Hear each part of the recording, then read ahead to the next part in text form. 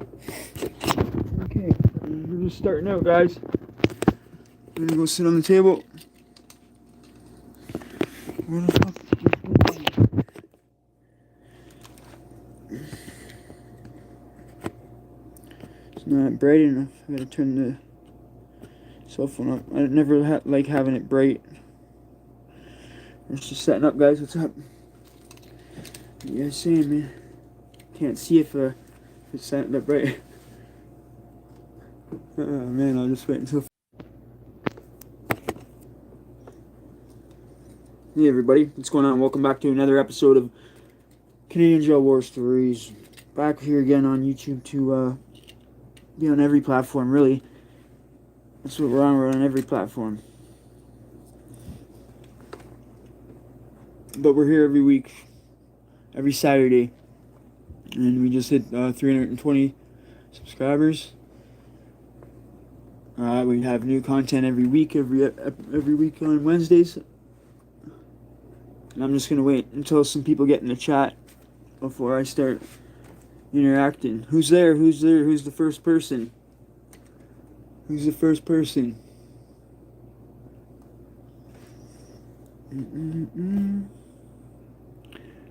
Live chat. Who the first person? Yo. I don't need those no more. Okay, all I need is the chat. I'll pull up the chat right here for us. So I don't have to look on the little tiny phone to read it. My eyes will go friggin' blurry, man. I was doing that too much yesterday. So we should be live right here. It should be easy. It should be the first video you see on the channel. Right? I gave a couple of you guys special invites, like telling you that I was going live soon in 20 minutes because you guys said you never get the notifications. So I gave you guys a special little shout out to College You on my own. So, yeah. Who's there? I'm curious. Who's that person there that's not saying nothing? Come on, you gotta say your name when you're in here. Come on. You gotta tell me where you're from. Because that's the only way we communicate here. That's what this Saturday night's for. You'll see. If you don't want to, it's okay. Don't worry. Just relax. People will be here in a minute. And it's all good. We'll just chat it up. That's what we're doing. What are you doing? How's your night? Okay. Holy. Let's see. Okay, I know. Alright.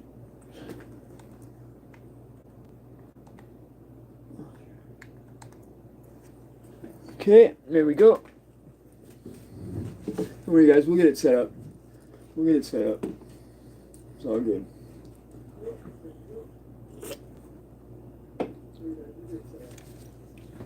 Alright.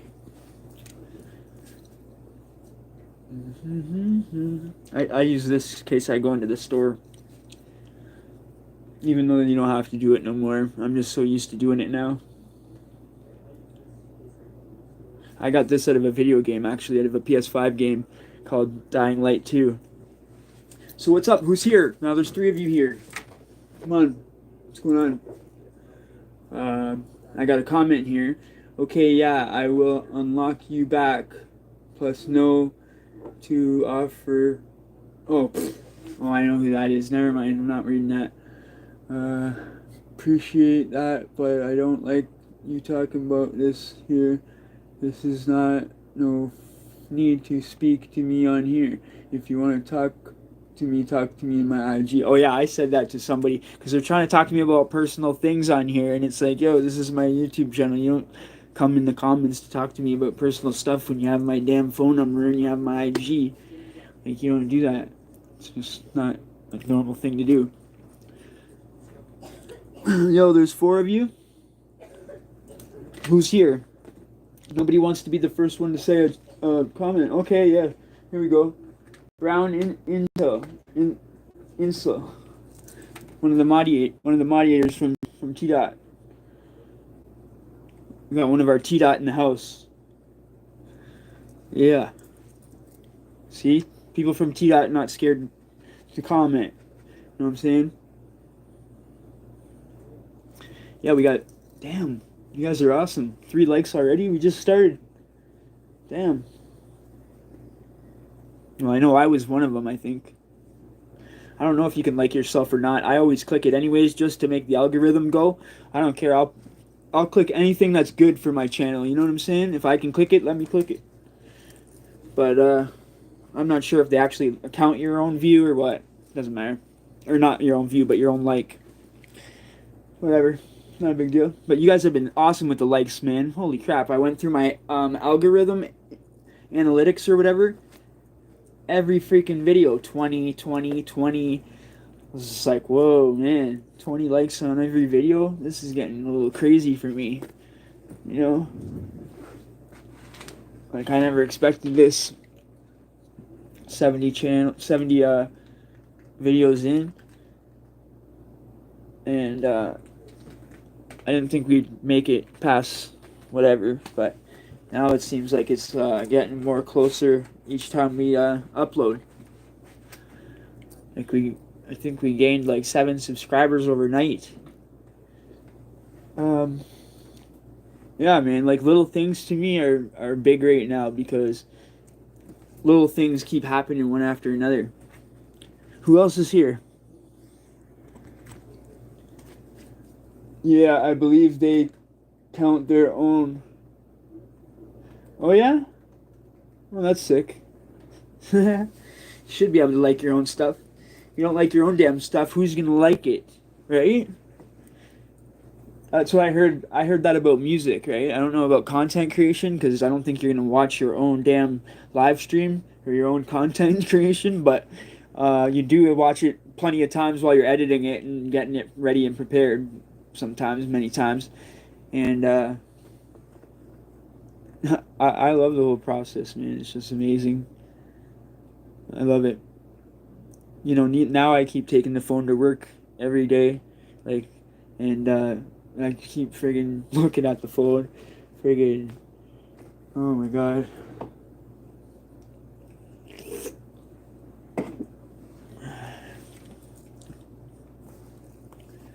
I don't like this thing. Okay. Yeah, I don't like these things if I'm in the house, but when I'm outside, I rock them just to go put that thing up quick. Yeah, I just got back like what time is it right now? 4:20, 4:26. So happy 4:20, you guys. But okay, so I just got back at where 3 o'clock? No, 2 o'clock. That was it. I got back at 2 o'clock, and I was talking to a couple people, important people that I had to speak to. I made 25 videos and I got 92 subscribers so far. Oh, sick, bro. Yo, I don't know if I'm subscribed to you or not. I'll check. I'll check right now if I'm subscribed to you, bro. I think I can do that. Oh no, I can't. I thought I could click off the chat for a second, go to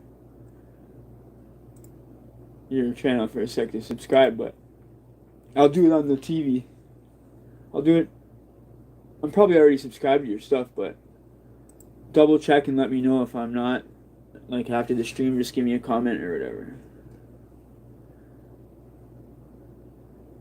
Because, yo, everybody has to support each other, you know what I mean? If you're here, one of my moderators, I should be supporting you. You know what I'm saying? We got to help each other, the smaller channels and stuff like that. That's why I want to interview this other guy. And we went to go do the interview, but we both had some technical issues, just put it that way. And we both were trying. We tried to collab for about an hour, and then we got real frustrated, and we were like, we didn't want to say nasty words to each other or nothing, so we just were like, we'll do it a different time, you know? Because two ex-cons getting frustrated, not knowing what they're doing, and trying to get it done, and usually you know it always works, and it's just like, oh, damn it. What's going on here? Why is this happening right now? Because, you know, your blood starts boiling, you know what I'm saying? It's just like, oh, man. Because it's like freaking, not at the person, but at the damn technology. Because you don't know everything about technology, man. I call it tech savvy. I ain't no tech savvy, bro. Like, I'm learning this stuff as I go. So, once in a while, I'll have an issue. You know what I mean? You're going to see it. I'm only small, right? We're just started. So you're not seeing some big guy with 1 million viewers and 1 million subscribers, man. You know, so that's what people have to also realize. And I don't even have a proper camera, so that's why I do it on here on my phone. Because this camera, for some reason, it's a 720p, and with this computer, it makes it lag. Because I don't think it's a good enough quality camera.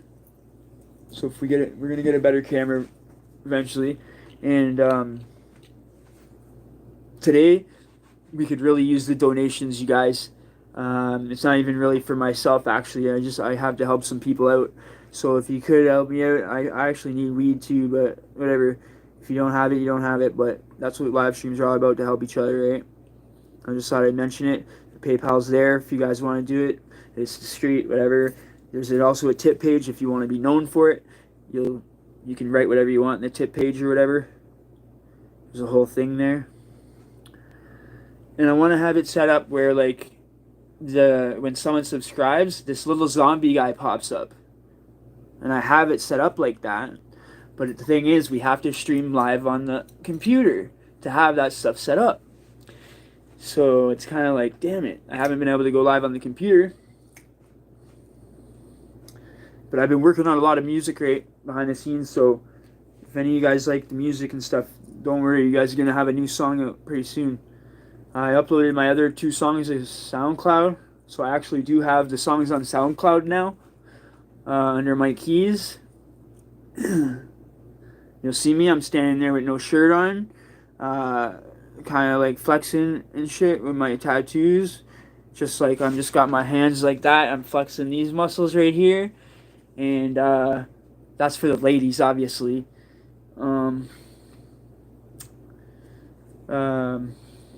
Yeah, and if you guys are, you know, homies and shit like that, we can't be hating on each other. We gotta make each other elevate, bro. Like, we don't want to be hating on each other because this and that. Like, we can all be fly, we can all get the females. You know what I'm saying? You don't want to hate on the next man just because he's fly. You know what I'm saying? You can be fly with him. Just be, you know, do your own shit. I like to do my own shit. Like, if I see certain people doing certain stuff with their clothes, I'll change my shit up. I don't care. I don't want to be like nobody. I want to be different. I want to be... Yo, what's up, Harvey? What are you saying, bro? I'm going to pull up the chat right now. Kind of got off track there. Okay. Here we are. Here's the chat. I'm going to read it out. Okay. Yeah, I believe they count their own. I have made 25 videos. He's got 92 subscribers. You guys go support him, man. He's one of our moderators, Brown Icicle. After the live stream, after the 3-hour live stream, we'll go check him out. I'm not very tech savvy either. I don't even edit my videos, or I don't edit thumbnails. I make videos on my phone. And then Harvey came in. Alright. Sick like that. We got 6 people here. And we got 5 likes. Damn, you guys are amazing. Yeah, I have some friends that are really in another country right now, and they're kind of fucking stuck there. They can't get back right now. It's because they fucking, I don't know, something's going on, so I gotta figure it out. I don't get paid until next week, so I'm kind of like, I want to help these people, but I really, really want to help them, but if I had the money right now, I would be helping them, but... So I'm hoping somebody hooks up a donation so I can help them out and get myself some of the cartridges or something. I don't have anything. But whatever you guys want to talk about, I'm down, man. I'm down here for 3 hours, bro. And I fucking worked all day. But yo, I can't wait until the 28th or 29th fast enough, man. I think I can get it done by then. I friggin' worked extra today, so I can try to get it done, because the other 2 days ago I stayed home because I wanted to do a bunch of stuff for somebody, and I stayed home, and then me and the person got it done, and I was like, okay, good. And then I was like, okay, I have to make up this work somehow, so I stayed extra. You know what I mean? I usually only stay at the site 5 6 hours. I'm not like an 8 hour dude anymore. I try to get 8 hours of work done in like 6 5 hours. You know, like I can just work fast. I just get everything done fast. What's good, fam? Joe Smith. What up, fam? What are you saying? Where are you from? Where's everybody from in here? Like, what country? I know, I pretty much know he's from T Dot. He's, Harvey Talks Prison is from the States. I'm pretty sure Missouri. And then we got Joe Smith. I bet you he's from Toronto. Rather from, let me guess, he's from Toronto or maybe the UK. I've been getting a lot of people in here from the UK lately. I know this because I look in the analytics all the time. I'm in that analytics thing all the time, you guys. It's so cool, man. You learn how to, like, when you should post, maybe like when your viewers are viewing the most and stuff like that. We've been on a good trajectory with this algorithm thing. They've been sharing my videos out, and I've never had YouTube share my videos out. So, I'm happy about that. And they keep sending me little messages like, "Oh, your stuff's got traction," and all the arrows keep pointing up, which is a good thing. And it's like up like 690% more than regular, stuff like that. So we're doing really good, and I'm really proud of ourselves and stuff like that. We've been grinding since last August. It's been like almost a year now, and like I felt like I just started this channel a couple days ago. Like, honestly, I haven't stopped yet, so it kind of didn't even get to catch my breath yet. If you know what I'm saying. It's just been like, I started this channel, I dropped the first song on August 21st, 2021. So it'd be 21/21, the date that it came out. Same, I'm on the analytics. I got viewers from USA, Canada, UK, India, and South Africa. Yeah, those are the best. Yeah, I got those two. Those are the best places. Frig, man, my Facebook blew up with people from Africa. Damn, homie, I wrote like 2 chapters to a book one time that I was gonna do my book, like just to see if anyone would like it. So I showed this one dude my book, this African dude, just for shits and giggles to see what he would say. Next thing you know, I got his whole fucking country subscribing to my Facebook. I was going viral that night on Facebook. I got over 5,000 friends that day, and Facebook cut me off. They're like, "You're at the limit of friends, 5,000, no more."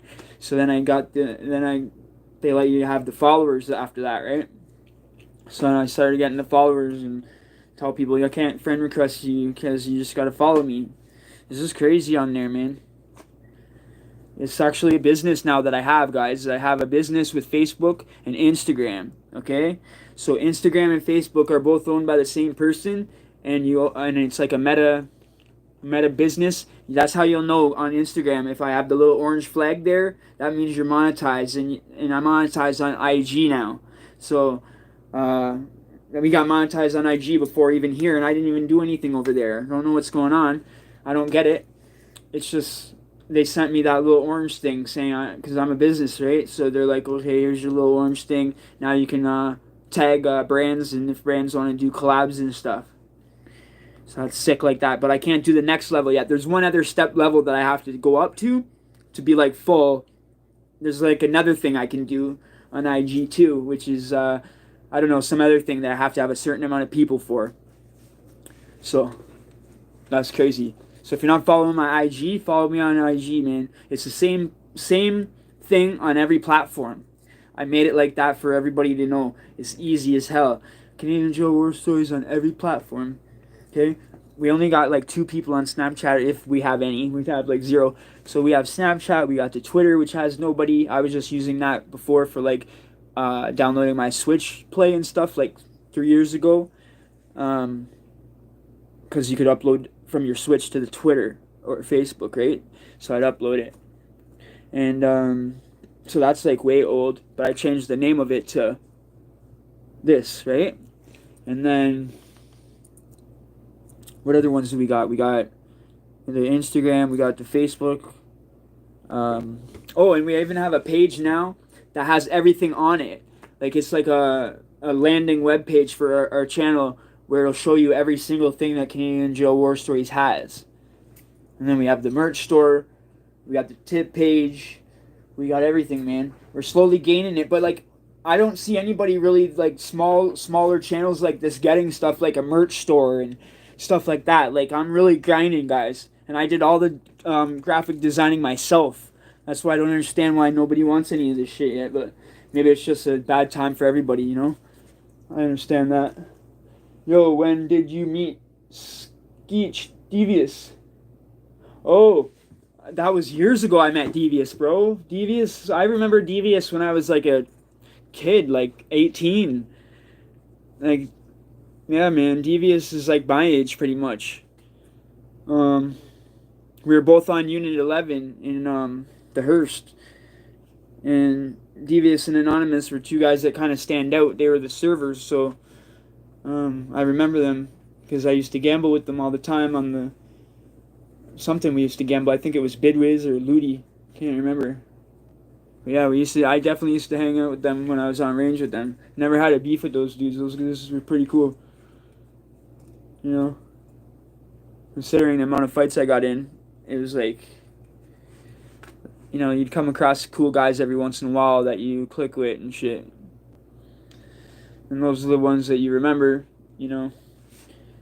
It's like time goes by in there when you're kicking it with somebody and you got something going on and shit and you got like a little circle and shit. If you're just sitting there like by yourself and you don't want to talk to nobody, time can get pretty slow. You know, so that's how people get wrapped up in it, right? And I just suggest if people don't have their own money, not to fucking play, not to be playing ball in there with no money. You know what I mean? If you want to play, you better have your own damn money. You better have a good amount of money on the street.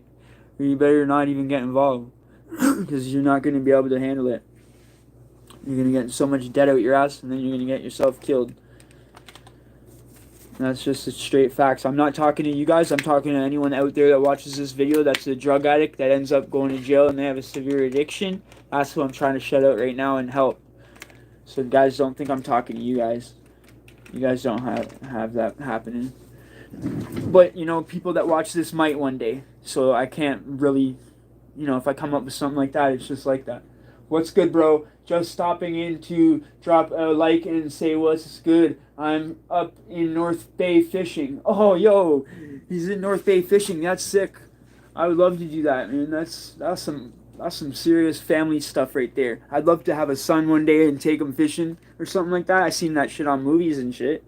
That sounds pretty cool. I would love to do that. Oh my god. Remember I was telling you guys about little mini houses that I used to like watch on YouTube? So obviously I'm not going to be watching jail YouTubers, right? Because I fucking live the shit. I fucking talk about the shit 24/7.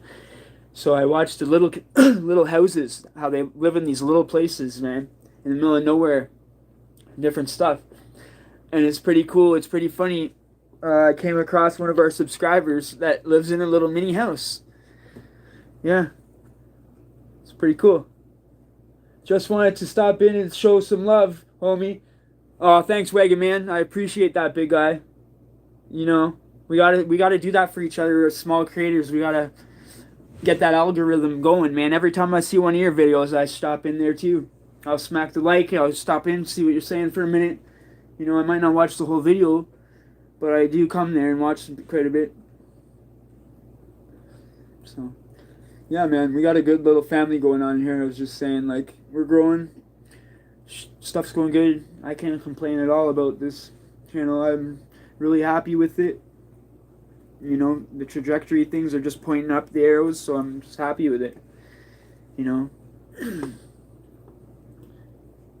Yeah, man, no problem. How's Cuzzo doing, man?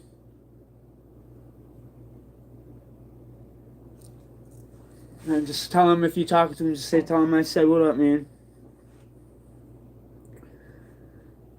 Yeah, man, these guys are good buddies of mine. Everybody, Cuzzo and Wagon, man.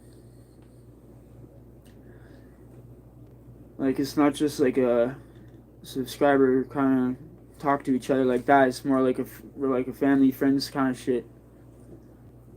And that's what I want to turn everybody into here. Like, the more I get to know you guys, I want to get to know you. So that's why I give you guys the mod shit. And I actually got that from Cuzzo. Because then we can find out who is like new and who's doing weird shit and trolling or whatever, and we can know who everybody is, and we can all just vibe. You know what I'm saying? Yeah, straight up.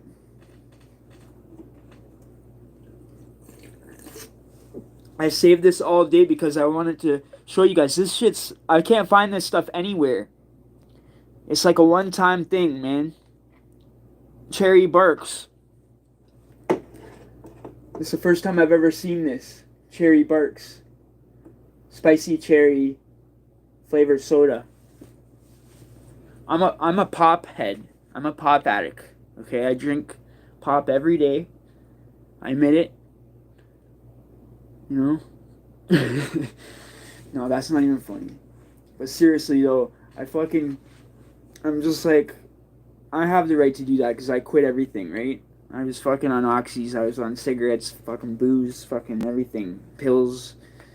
So, Xans, or not Xans, but here we call them Valium or clonazepam. I used to fucking take handfuls of those, what you guys call Xanax, but these were called clonazepam. And clonazepam and all that. And Valium, blue balls, right? I used to fucking take 20 of those, man. When I was, then I'd be fucking not even know what's going on, falling down and fighting and shit, not even knowing that I'm fighting and stupid shit. Next thing you know, someone gets stabbed and we don't even know what the hell happened, or I'm stabbed or something, and don't know who the fuck fought me or nothing. It's like, you don't want to be on that kind of shit, man. You don't remember shit. One time I even woke up in jail and I didn't even know what the fuck. I was like, what? How am I here? I just was chilling with the fucking bag of fucking Valiums, man. How the hell am I in here? Because I went out walking around like an idiot, and then next thing you know, I'm fighting somebody. Like, that's my issue. I gotta fucking... That's why I moved away from basically everything. And I really, really take my freedom seriously. So I really, really, like, think about where I go first before I go there. Like, you know what I mean? I'll be like, okay, I'm going to the grocery store. Well, what's the quickest way? A to B, like, you know? And go to work, okay, A to B, boom, get back home. Because so many times growing up, I didn't want to even fight half of those times.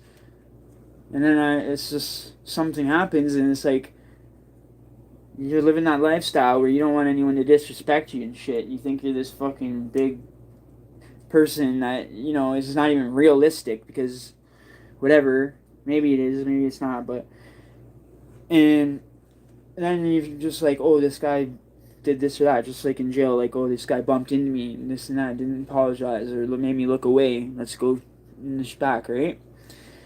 And that's the same thing, you know, it was on the street for me. You know, I was at the point in my life where I was actually getting to the point where thank God that I ended up going to jail, I guess, and changing my life around, because at the end there, I was getting to the point where I was either going to get shot dead, or I wasn't even giving a shit, man, about anything. People would try to do one little thing to me and I was stabbing them. Or I was at the point where I'll just shoot someone. I don't even care. Like, I don't even care about jail. That's how I was. I was just like, fuck it. Because I didn't have nothing to live for. I was just like, I was in this state of mind on the oxys, on so much pills, it made me like a different person, right? When you're sober and you're on that stuff, you're two different people, right? So when I'd be on that stupid stuff, it'd be like, it's like the devil, you know what I'm saying? That's why I got this new song here that I'm making, and it's about the devil. It's not about the devil, but it has the devil in it, you know what I mean? Or struggle and shit like that, and addiction and fucking hip hop and rap and gangsterism and the streets. I can't wait until July when I'm gonna go down to the block where I grew up, and I'm gonna film and shit like a music video. I'm gonna get all the homies to stand where they're gonna be out there gambling and shit. So I don't gotta get them to stand anywhere, but I'm just gonna go there and shoot a music video. So that's my plan for the music video. I'm gonna shoot in 2 different spots. First, I'm gonna go down. I'm shooting at Jane and Finch, and then I'm going down to Regent Park. Right? So it's gonna be pretty sick. You guys will see all the different government housing buildings that I grew up in and shit, and where actually one of someone in our family, one of our grandmothers still lives there right now in Northside. Not the one that got killed, the other one. Obviously. Justice, what's up, my brother? What are you saying, bro? I didn't even notice Justice was here. He just got here. Oh no, you said Justice. Okay. I could have swore I was seen him or something. Oh yeah, there he is. Yo, what up, fam? Yo, Wagon Man, shit. We gotta give this guy a mod. What am I thinking? I forgot about that. Sorry, man. You gotta get one. Tell them how much you're my friend and shit. You know, I don't even got him a mod. Here. Alright, there we go. You're a mod. Frig, man. I've just been, I don't know, man. I've been in a good mood the last few days. I don't know why. Usually I've been in a bad mood or anxiety or what, but for the past 2 days I've been in a good mood. Yeah, man. I think I can actually see something happening little bit by little bit. It's hard to see. You know, it's basically like you're planting little seeds and shit in a garden or something. And you're just planting little seeds, and you know, your little fruit trees or your vegetables are not going to grow right that minute. But you know something's under there growing, right? You know something's going to happen. You just don't know when. Right? So that's kind of what YouTube's like, if you ask me. That's my 2 cents on that. Thank you, sir. I'm honored, homie. Nothing worth in life is ever instant. Yes, exactly. And the way and when it does happen instantly, like we see it all the time, you guys. The cloud chaser shit, it only works for a day or two. You know, it doesn't last. When you build it up organically from the ground, like all of us are, it's gonna be legit when you get up there, and you got the solid foundation, and it won't leave. Where you go do that stupid shit, you go viral or in one time because you're doing clout chasing shit and you're doing weird shit, where you're fucking pretending to be this and that and rapping and gang members and shit and ratting fucking people out left and right. You know, just like stupid shit that you shouldn't be doing just to get famous. It's not right. So you just do it the right way, guys. You don't need to do that clout shit. Like, if I could have done that shit right from the first day I had my channel, I could have came on and been like, yeah, listen, I'm this, and that, and start throwing up signs and this and that. Did I do that? No. I came on here and told you guys my backstory. Told you guys who I was first. You know what I'm saying? And then later on, I didn't even tell anybody that I was affiliated until I went on Buddy's channel. And then fucking people got it a little mixed up there. I wasn't saying I was one. I was saying my cousin was, and I grew up with these dudes. Obviously, you grew up with your first cousins. We were really close. And it was, you know, my dad's little sister's son. So, obviously, we were like that. Like, I used to follow him around and shit, and he used to follow my uncle around. You know? Like, I got, my dad's the oldest out of 8 kids. We were a really close family and shit like that. Back when we were all growing up. Now everybody's married and has their own lives and stuff like that. So we don't get together as much. And, you know, he's gone through a lot because he had to reverse his charges on this police officer, and now he's this big playboy guy, playboy millionaire they call him. So I don't even really want to bother him. I called him the other day, asked him if I could use his Lamborghini for the fucking music video, and he said I don't pimp my assets out. So I was just like, alright, okay, I get it. You know, you don't want to fucking help people get on, right? Okay, that's cool. No problem. That's cool. I can do it. my own self. I'll just fucking rent one. I don't care. I'll still get something. I just figured because he has fucking 10 cars, he wouldn't really care. You know, he used to give me his cars all the time before he went to the pen, but then he got out of the pen and he marries this dentist lady and she doesn't fucking let him around anybody. Sorry to say, but it's the truth. Fuck. Or maybe if they're millionaires, you can go around them.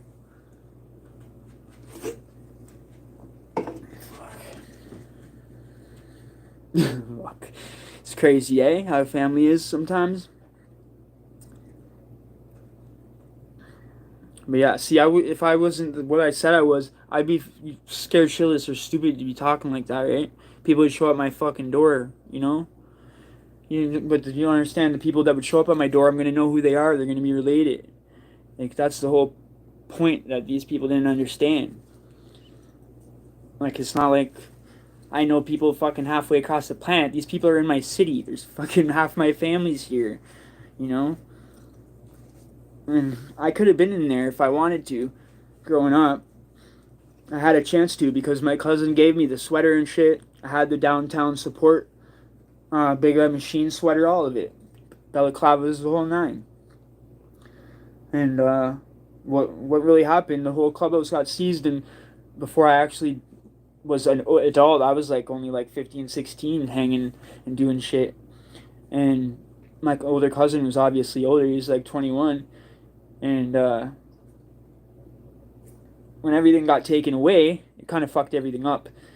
And those guys all went to jail for a long time, and my cousin was gone for a really long time.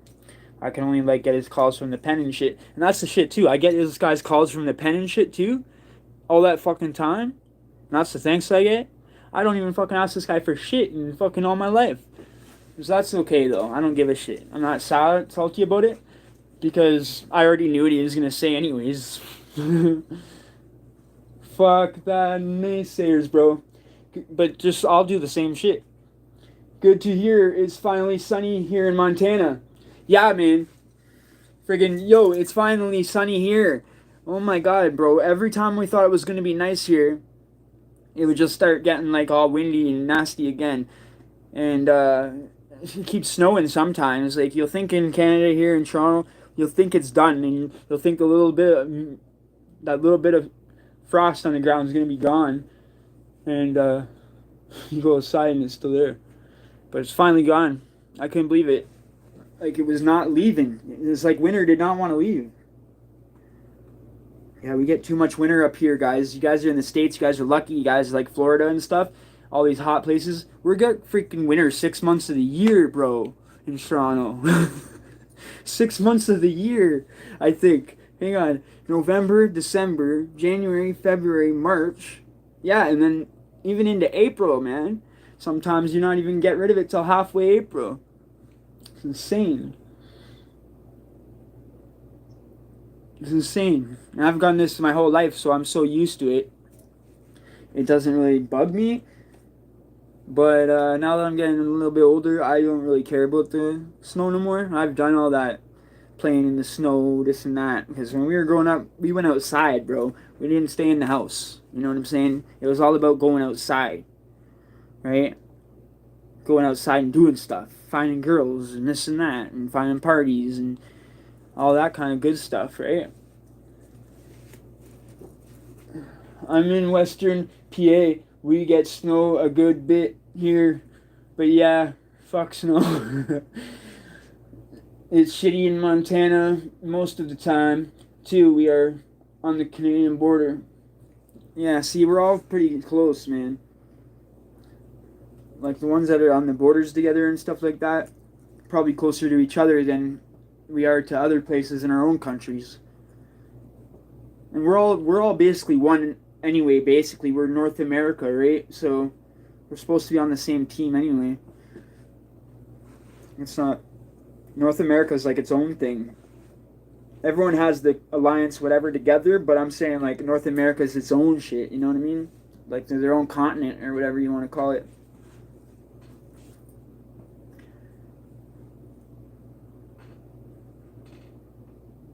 Yeah, so I don't know if you guys have seen that I've been doing a crazy transformation with my kind of body and self since last August when I started the channel. I was because of the pandemic, I went from my regular weight 220 up to 280 during the pandemic, and since August 21st when I started the channel till now, I'm actually back down to 220. And I'm back down to my normal weight. I got all my normal pants on, all my normal shirts back on.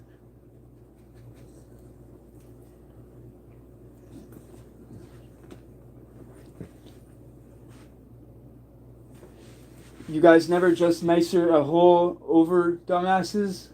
What?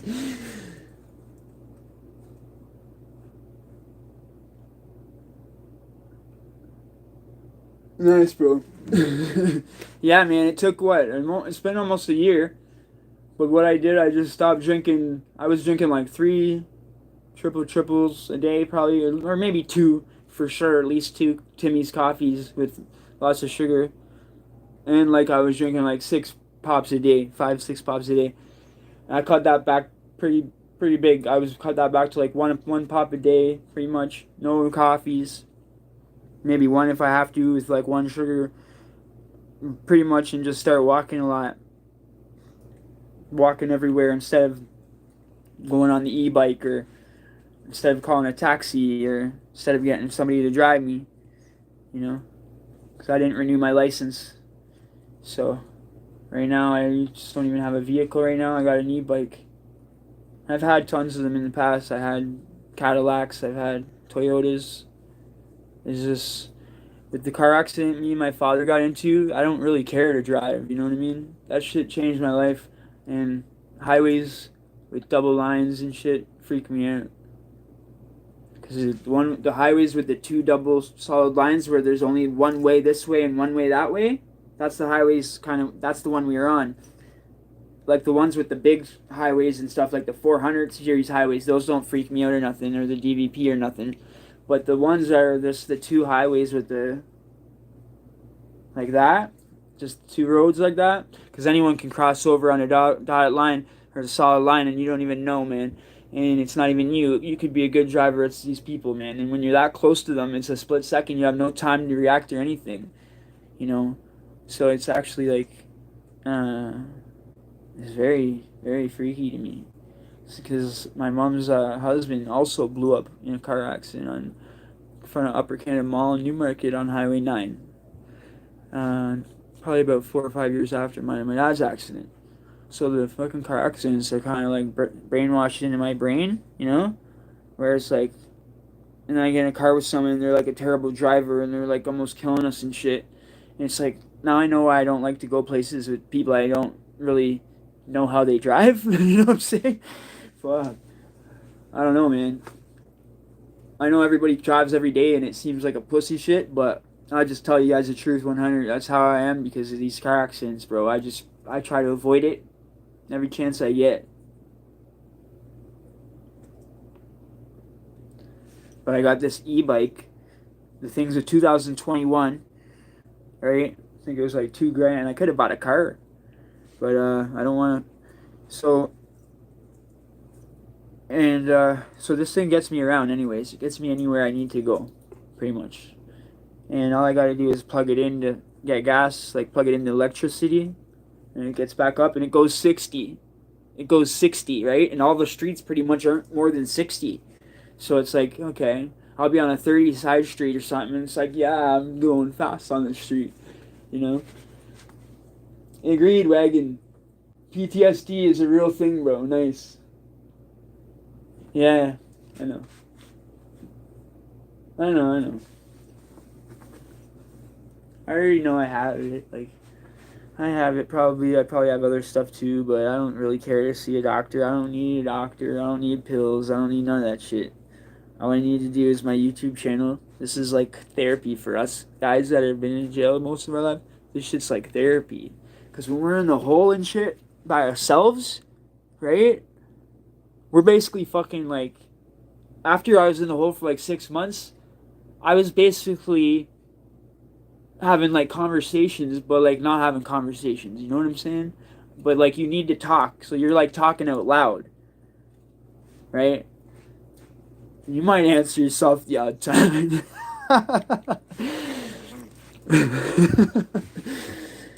Bro, it's like when someone told me the other day they were in the hole for freaking over a year or 9 months or something, man, I was like, damn, man, that was longer than I was in there. And when I was in there, they almost killed me in there that time. They were freaking torturing me, dude. They were putting freaking spilling water on my bread and stuff just so I wouldn't eat the bread. Like, it was all mush, the bread. And they were really doing a number on the food, man, trying to make me not eat much. And all started over contraband. These guys thought I had something. They think I'm fucking hiding it. They think I got all kinds of stuff that I don't have. They're asking me, where's you got lighters, you got weed, you got tobacco, all this shit. I don't fucking have anything, you know? And then so they put me in a dry cell just because I'm STG, whatever the fuck they want. So they do whatever they want to me. They put me in this dry cell for 4 days, dude. And not let me go to the bathroom. And I'm like, you're not going to the fucking bathroom in that, man. So fuck off. You know what I'm saying? And buddy's like, yeah, well, technically we have to, the white shirt comes, he's like, oh, technically after like 4 days, we gotta let this guy out into a working bathroom, blah, blah, blah. So they put me in this other one next to it. And right away, I just started flushing the toilet. I'm like, hey, whatever, it's gone. Fuck off. Let me out of the hole. And then I was like, no, I said, if there was anything, it's gone now. So you might as well just let me out, is what I said. I didn't actually rat at myself. I said, if I had anything, it would be gone now. So you might as well just let me out. And actually, that one night, they think they came back that night or the next morning. And that was friggin' crazy that time. Like, that was weird. That was a weird time. And then they friggin' came and got me and put me in a normal cell. And it's, you don't want to be in those hells, man. They have no toilet paper, no running water, no, basically anything. There's no, nothing. I've heard of guys doing weird shit in there, man. Like, trying to shit out their package and, like, I don't even want to get into it. Try to, like, do fucked up shit because you can't do nothing. You got no water, you got no nothing. And they're basically sitting outside the door waiting for you to go. You know what I'm saying? So you basically have to, if you do have something, like, something real bad, something really bad that you're going to get real time for or something, like some itchy, you know what I'm saying? You better fucking hold it. But you better not want to do that because they could bust in your shit and then you're dead. So, just I suggest don't hold drugs inside your body. Period. Because these idiots were stupid. I didn't even have anything in the first place. I had whatever I had fell out of my pocket, fell out of my jumper that was in my pants, in the like, you know how your boxers and shit. I just let it fall out on the range while we were walking down my pant leg. There were so many people around, so much commotion going on. And they were grabbing me and stuff. Because the guy already put me up against the wall and searched me, pretty much like that, just not in the front area, right? And that's exactly where I had it. And I think when they first walked in, I had a little bit of weed and I fucking ate it and just took a drink of the coffee. We were just about to roll a split. And all of a sudden the goon squad comes in. We used to call them the squirrel squad in the West Detention, because we said they just, all they do is look for nuts and holes all day. Dig for nuts and holes. You know, that's their job. They're like the tactical gang squad unit or drug squad unit, whatever you want to call it, that tries to find all the gang members and find out what everyone's doing and try to ruin it and try to take it and try to bust us all. They're like right into that shit. The normal guards don't get involved with that. They have like a special squad for that, and they come in with the K9.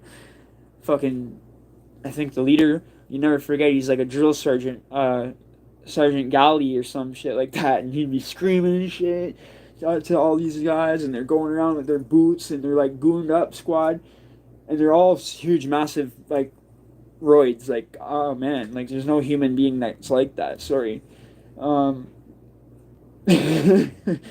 And these guys are like muscle heads, and they're just tearing the range apart, looking for everything, and they get so freaking pissed when they can't find a stitch of nothing. They'll find like a little tiny little, not even a roach, we call it an insect, right? Because the chali, off the toilet paper roll, they have a chali, and you poke a hole with a pencil, and you put the spliff in it when it's too small, so you can put the end on it like that, and just, you know, Jamaicans taught me that in there.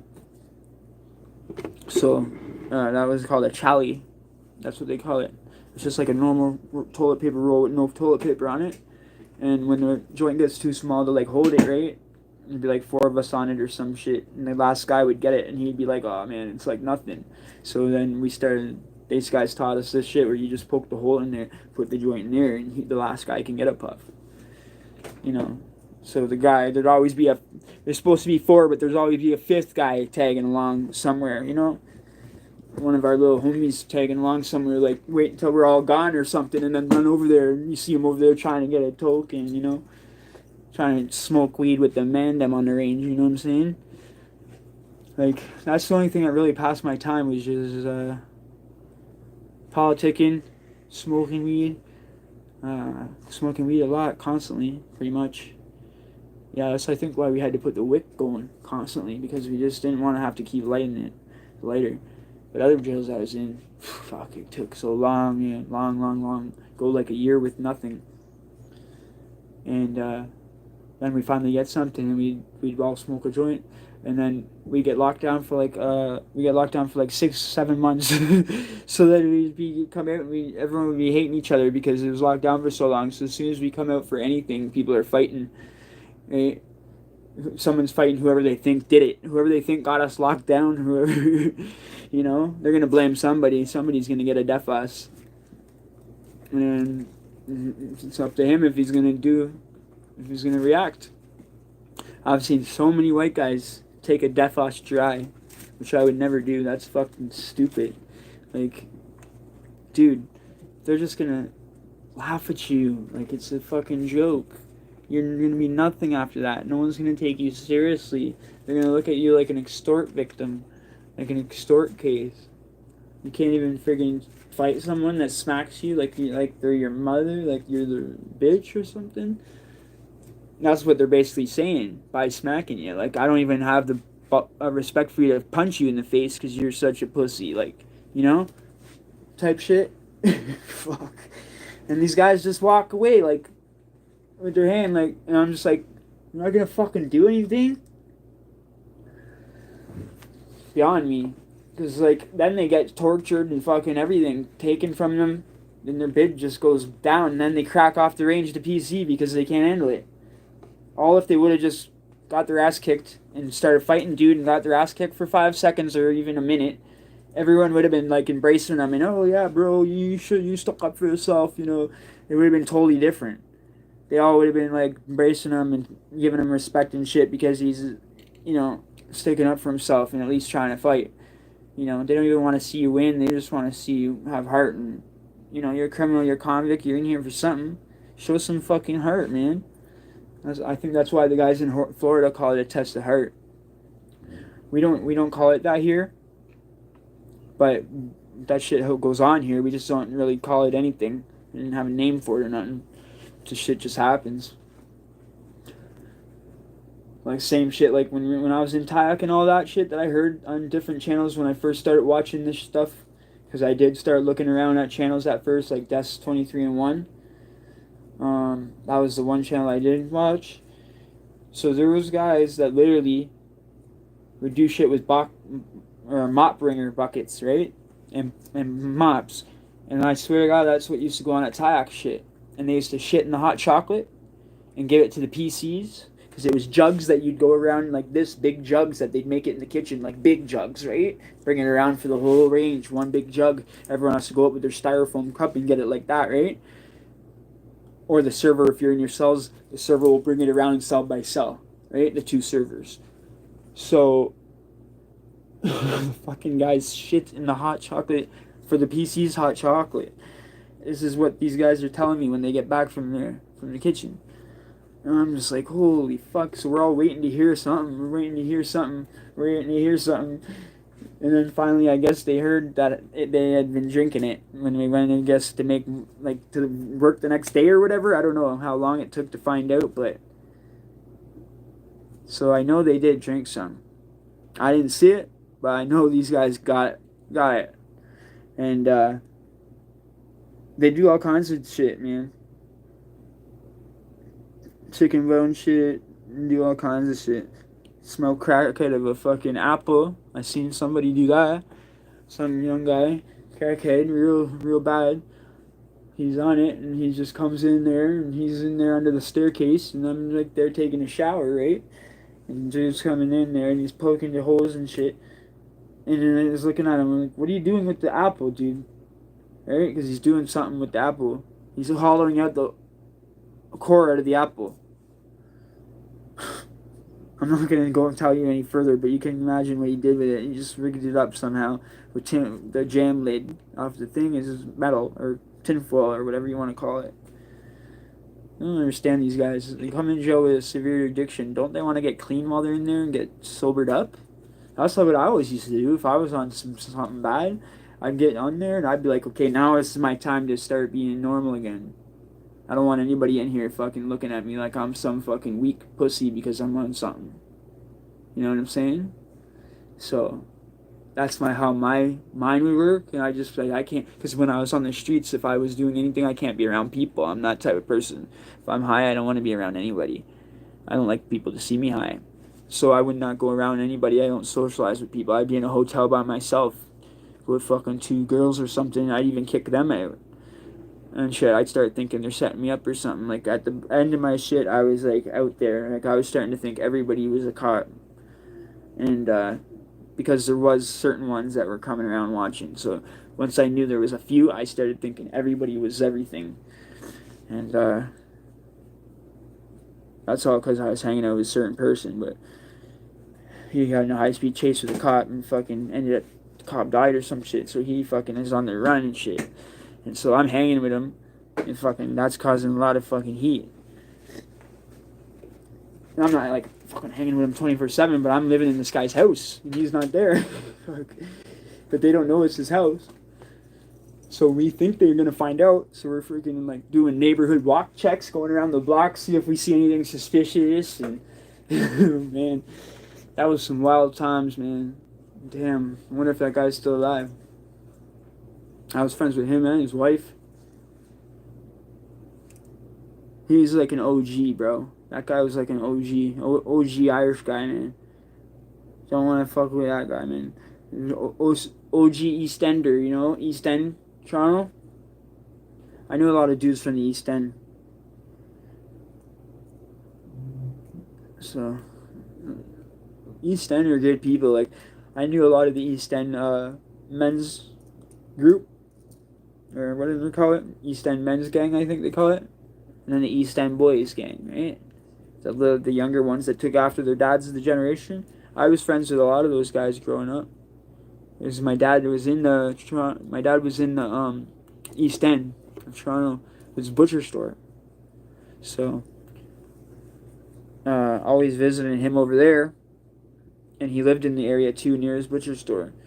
So he'd always be visiting my dad over in the East End. So the East End became a big thing for me right away when I was growing up, younger, like 5, 6 years old in the East End.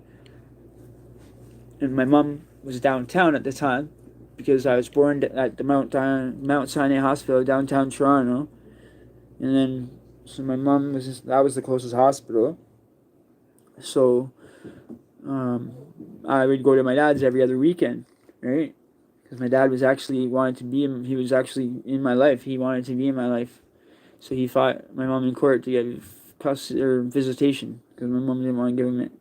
It was just too bad or whatever. He spent most of his life in jail and he got out when he was 30 and had me, right? Which is like close to the age I am now. So and I'm going to have a son.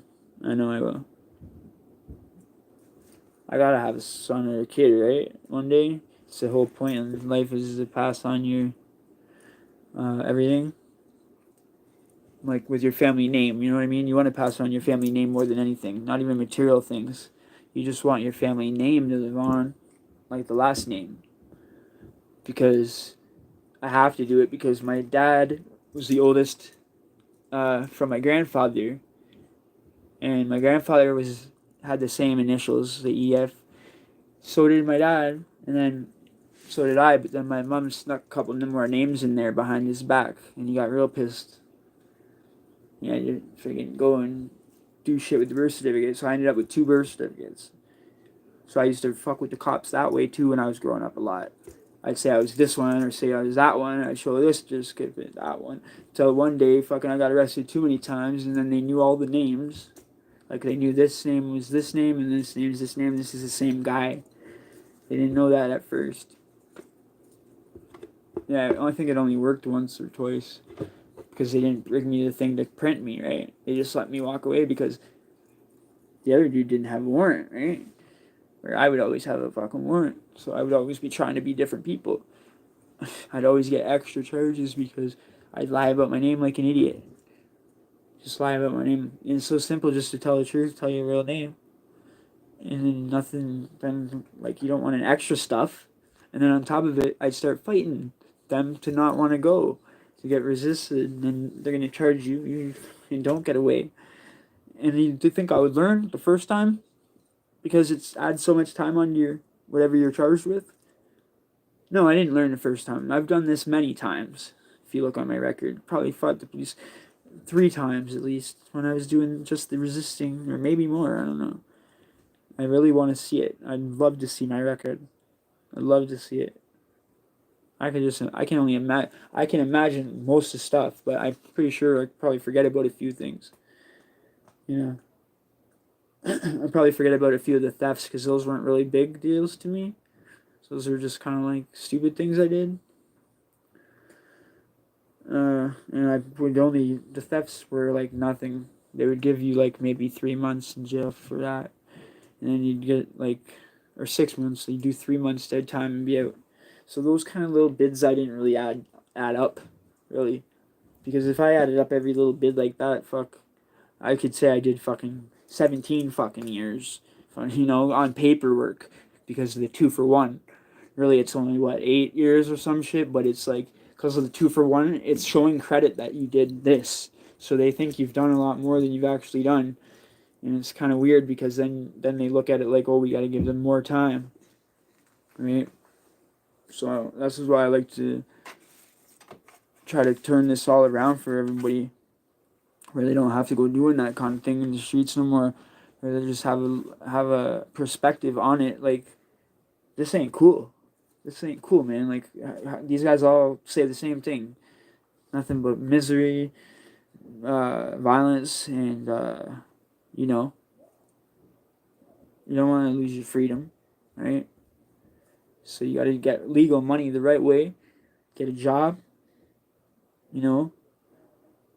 If you want to have a family, try to find a woman, try to have a family, stuff like that, like good things in life. Like, I was thinking about God the other day, and I'm not really that much of a spiritual person, but I was remembering that God was telling the story one time, not God, but in the stories and stuff, scriptures, they were saying that a lot of the men that back then that were prophets and that had more than one wife, they all had like 4 or 5 different women, have like 5 kids with this woman, 5 kids, 4 kids with this woman. As long as they could afford to take care of them, you can have as many women as you want, but it's only one man. So that's how it was back then. I don't really know if I really look down upon that. I don't know. It's a weird situation topic, eh? I don't know. I think most men would be down for that, but I don't know though. Some men would be down for it for sure. Some others wouldn't, because they would have their little morals.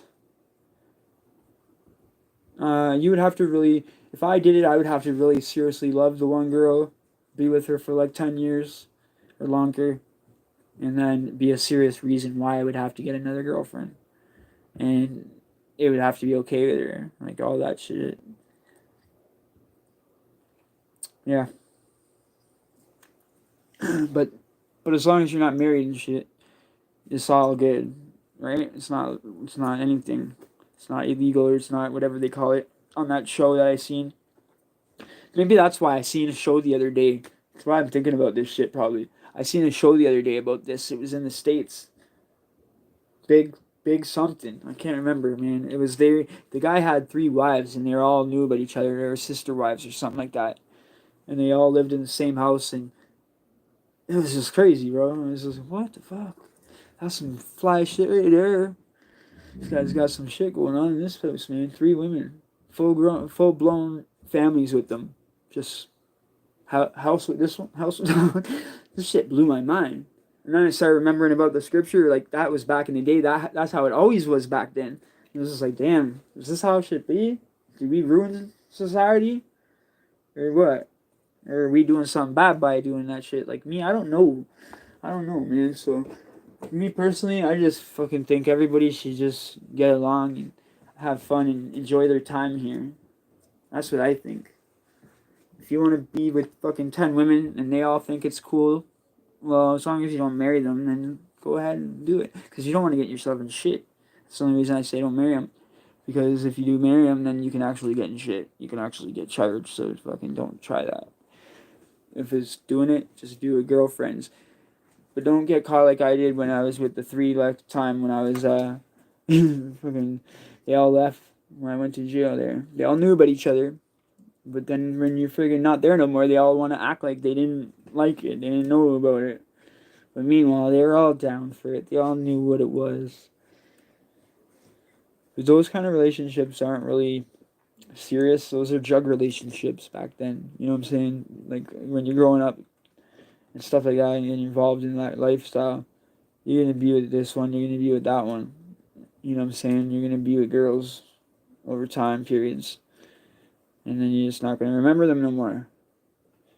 Honest to God, I don't remember some of them. I remember some of them, but I don't remember some of them too.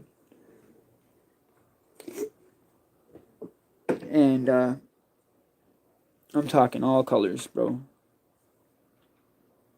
Because I couldn't even barely find white girls half the time. This is where I grew up. There's always Asian girls most of the time. And when I was real young, 12, 13, 14, 15, 16, I was in an Asian girl phase of my life there. And then it became onto the black girls until I was like 20.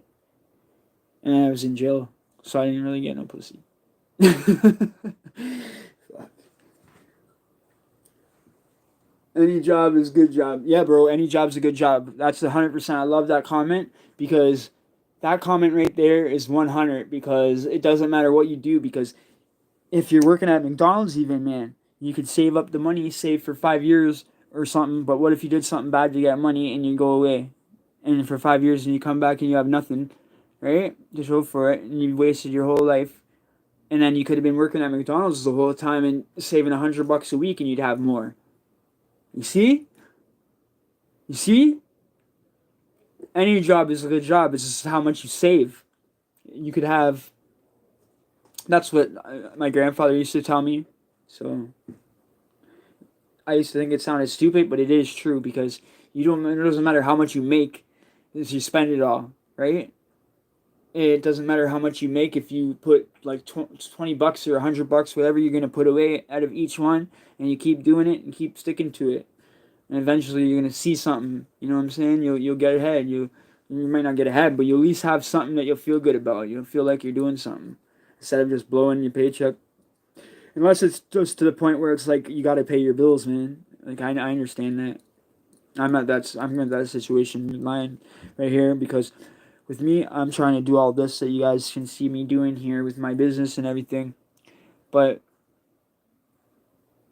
you have to friggin' still live in the meantime. Like, so until anything does happen, you still got to live your normal life and just still got to pay your bills. You still got to pay your rent. You know, you can't just be like, oh, this is going to happen, so I'm just going to quit. You know? No, bro, you'll be freaking on the streets, and then how are you going to do content? You know? And you can't live for free in life, man. It's just like that. Even when I was a welfare, when I was little, I think I was like student welfare, 16 or 18. I got welfare, I think, first once, and I got a startup for welfare, and I got money to get. I think they gave me like $1,000 or something because it was first and last. It was 5 and 5, and I got the freaking apartment. And I kept the money, and I moved in this place, and it wasn't an apartment. Sorry, it was a room. I rented a room in this place, and it was a rooming house. Like there was rooms. Every room was rented. Like any door you see is gonna have a deadbolt on it in the house, and that's like somebody's paying for that room for like $500 a month or $400. So that's the kind of place I lived when I was like 15. till I was about 18, 19. And then I started getting like little one bedrooms on like Young and Finch, Eldora, like 190, I think 195 Finch, something like that, right on Finch Avenue. I lived one time. Finch Avenue West.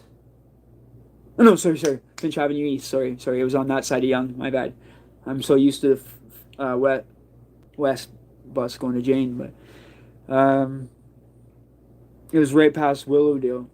Like when you're going down Finch, past Willowdale, I lived like right there in that house. Fuck, Young and Finch, I lived in a lot of places, dude, because I didn't want to leave the area. So when I get busted and I come back home, if I didn't have a place to live right away, so I couldn't have my own apartment, I would know girls or something in the area. I've never actually had a hard time picking up women. I don't know. I'm not trying to be conceited, guys, or anything like that. Just telling you guys the straight facts. Like, so this girl, and I'm not saying these are the best 100 grade A women or anything either. You know what I'm saying? I just said I had no problem getting women. I didn't tell you what kind of women they are. Okay? So anyway, yeah, so I ended up getting like these girls in little condos and shit at Young and Finch, the Beecraft condo it's called, behind Shoppers Drug Mart. Okay? Then there's another one across the street, Princess Palace, behind the gas station. Dude, I had that happening there at one time where I could have that one and that one. And then I would have the two of them. And I was like running back and forth between the two apartments. And then I had like a trap house down the road. Like when that was going on, I thought like, oh, this is the best my life will ever be. Like, you know, running around with all kinds of nice stuff on. You know what I mean? I got up. I came back out of jail. I got up. I got all kinds of like, at that time it was G-Unit clothes. I'd wear 50 cent G-Unit. And I'd wear all the G-Unit clothes. The hoodies were like 150. The hoodies were expensive as hell. G-Unit heavyweight shit. And I'd be like, yes, I got my clothes back, right?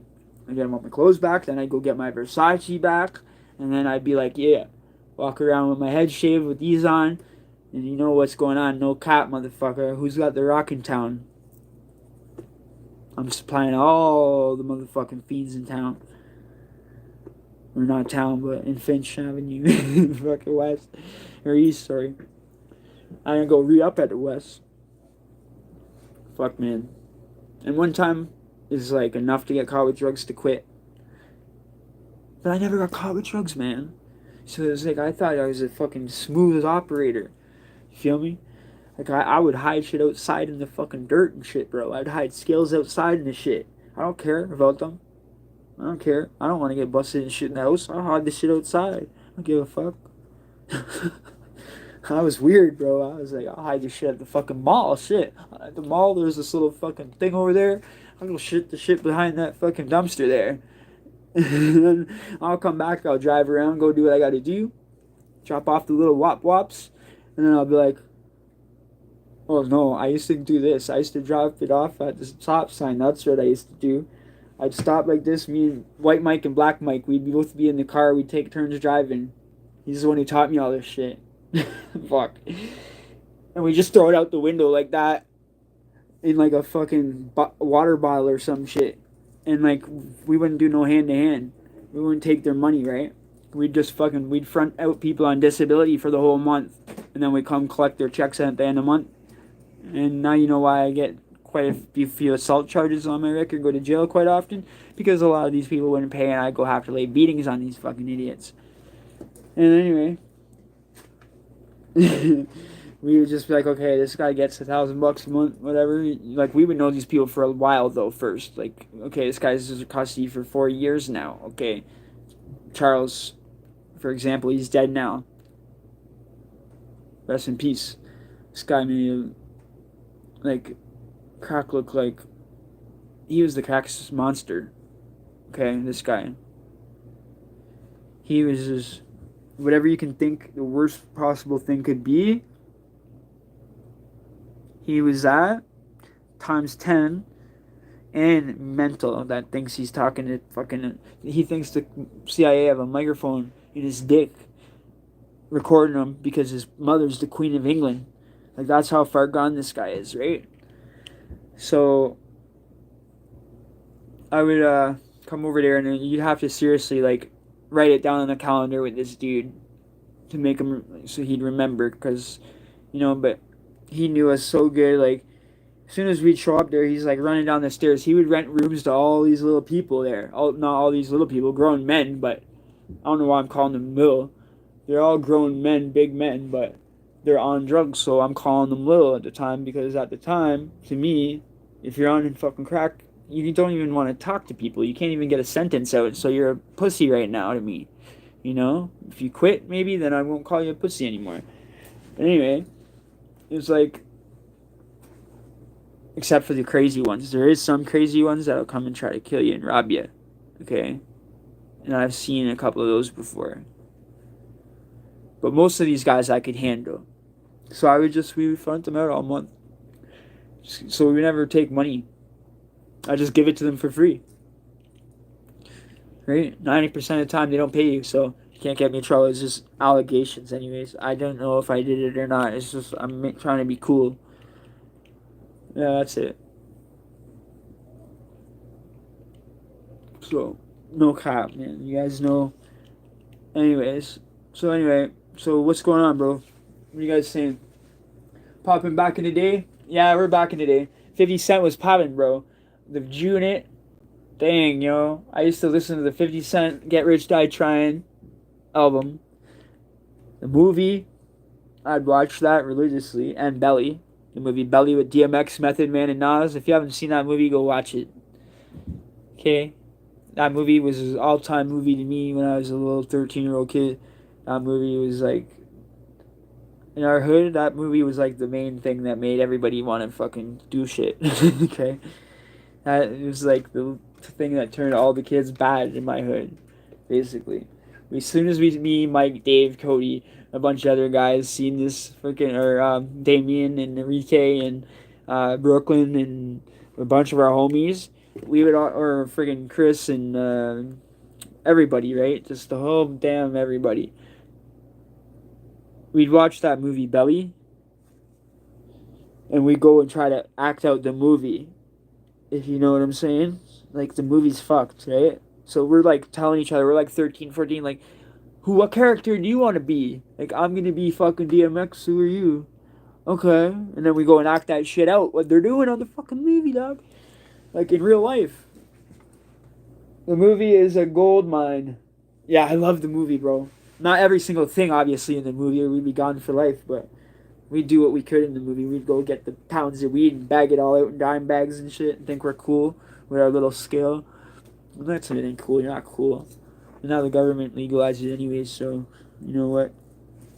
They were fucking just doing that for the whole time, giving people 30 years for stuff, and then go around and turn around and make profit off of it and make it legal?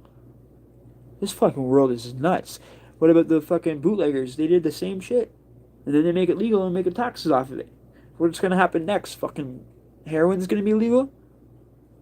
They're gonna want to tax off it, so they don't fucking get no money. The heroin dealers get all the money. They're gonna want to profit out of it. Fucking crooked, man. Government's crooked.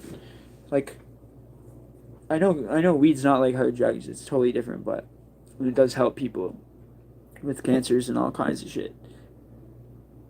But you're not telling me that's why they're doing it. They're doing it to get the fucking tax money, bro. Yeah, everyone's seen that and wanted to be a G, LOL. For real, homie. Everyone's seen that shit and like, yo, I need to do shit. I gotta go get a chain, dog. I gotta get some shit. Yeah, I remember that. And shit, I was like 12, 13. My homies were like 15, man. So I was like the youngest one hanging out, dog. I was one of the youngest ones. So I had to go the hardest because I had to prove to the older guys that I could be down. You know what I'm saying? I had to prove to the older ones that I could hang too. So I'd always be the first one to want to jump up and do shit. That's why I've done most of the time in my crew.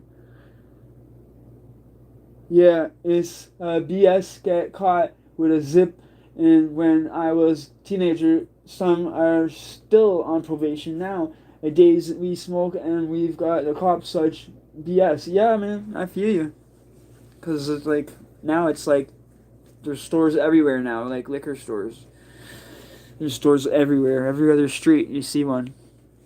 Where before, when they first came out, it was hard to find one. Like one of the ones you just walk in and buy it. like no medical card or nothing, just like regular dispensaries, the government ran ones. And now we got a bunch of those. It's like everywhere. Before it was like, oh, we got this one here, we got this one here, and this one here. So which one do you want to go to? You know. But now it's just like they're freaking everywhere, dude. You can't. I don't know. Speaking of that, you guys gotta donate, man. I gotta get some weed, man. I don't even have any weed. Whoever donates, fuck, don't worry, I'll hook you up. Show you some love next time. Payday's soon. So, anyways, I don't want you guys to think I'm like bugging you guys for donations, but that's what lives are for 90% of the time. And I never get them, so it's not like I'm bugging for money all the time. I think I've got one donation in my whole YouTube channel by Cheryl for $30. Shout out Cheryl. And I don't even know who Cheryl is, and it makes me feel bad because she doesn't even come and comment or nothing. She doesn't even want to be known for it. And I gave her a shout out in the video the next morning. Put her name in a screenshot. But, like, honestly, if you guys are in the same situation as I am, I don't fucking feel no ways, bro. I know how it is right now. Fucking everybody's waiting for payday, bro. That's why I want to get out the mud, dog. That's why I want to do this music shit. I want to do this YouTube shit. I'll keep grinding. I'm going to keep doing this shit until you see me where I'm not needing donations, you know? Where I got enough money from YouTube and this and that. Where I'm doing giveaways. That's what I want it to be. When I did my first channel that failed, it was a gaming channel. And when I hit 100 subs, I gave away a $50 Steam card. And then I hit, I think 100, 200 subs because I have 217. So I gave away another $50 card. And I think I did three $50 giveaways. And then the channel went down the tubes. And over a period of time, I spent too much money on like video games because I was trying to do a gaming channel.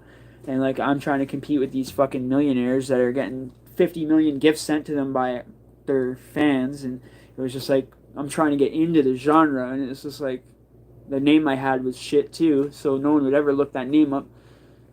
But and another friend told me, he's like, you have to have a channel fail first before you can have a channel like go good. You have to have a channel fail because you have to know how it is to fail. You know what I'm saying? Some people get it right away. And those people, honestly, are blessed. Okay? I've never had luck like that. You know what I'm saying? I'm Irish. I'm supposed to have the luck like that. But I don't. I've always had the worst luck. I've always had to go everything the long road. So I'm used to that shit. That's why I'm thankful for the 300 subs that I have because it's still growing. So as long as it's still growing, I'm happy. It was like the gaming channel got stuck on 220 subs because I just couldn't do it no more. I got each one of those subs by actually gaming with somebody and asking them to like become friends with, gaming with them and like talking to them and becoming buddies with them and being like, yo, I have a YouTube channel, sub to it, bro. And then them watch it, like, oh damn, homie, you're good, da da da. You know, I like your personality. And then they come back and watch. You know what I mean? But then it's like, how many times can I fucking do that? I can't do that fucking a million times, man. To ask people like, but like word of mouth every time. That's how I got every fucking sub on that shit. Maybe a few from like their friends or something, but damn. So it's like. But you know, I had fun. Like I had fun doing it, so I don't look no way on it. I spent a lot of my bank money that I had, but I still have all the shit, all the consoles and games and shit. So I could always sell that shit and get my money back. So not all of it, but I was smart. I didn't buy like stupid shit. Like I bought mostly Nintendo shit, which Nintendo shit usually always gets its money back, right? So you got, and you know, even before I even had that gaming channel, I had this, right? So I was like, you know, I was going to try to do that, right? But this thing here is a gangster Mario. Look at what I got in his hand here.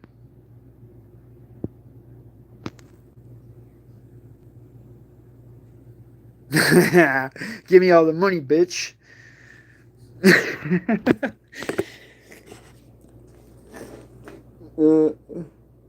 Mario with a revolver. Have you ever seen that? Except for Mario Rabbids or whatever, but he doesn't have a revolver. He's got some big ass stupid shit. And that game was fun. I like RPG games that you can just stop and like do your turn and then go do shit and edit and do this or that, and then like keep the controller there, and it's a turn-based game, I think it's called, turn-based strategy game, and then you can leave it there because I'm the type of guy that like I'll play something and I gotta do shit, other shit. I can't just sit there and ignore my normal life. Like I haven't even played games in fucking. I swear to God, you can ask anybody in this household. I swear to God, like 3 or 4 months, like 3 months maybe or two. I haven't even, because I've been just so fucking busy doing work and doing this and doing music and trying to find people, making relationships, behind the scenes. A lot of people don't realize that I got a lot of good relationships going on behind the scenes, and that's why I think I'm so happy lately, because I've met so many good people that that we have plans to do certain things, and I'm just not going to speak on them until they actually happen, because I don't want to jinx anything, or I don't want to screw it up. But this summer is going to be a big summer for all of us, just put it that way. You guys are hitting the like button. Thank you. I really appreciate that. We're at 10 likes already. You guys are the best. You guys are the best, man.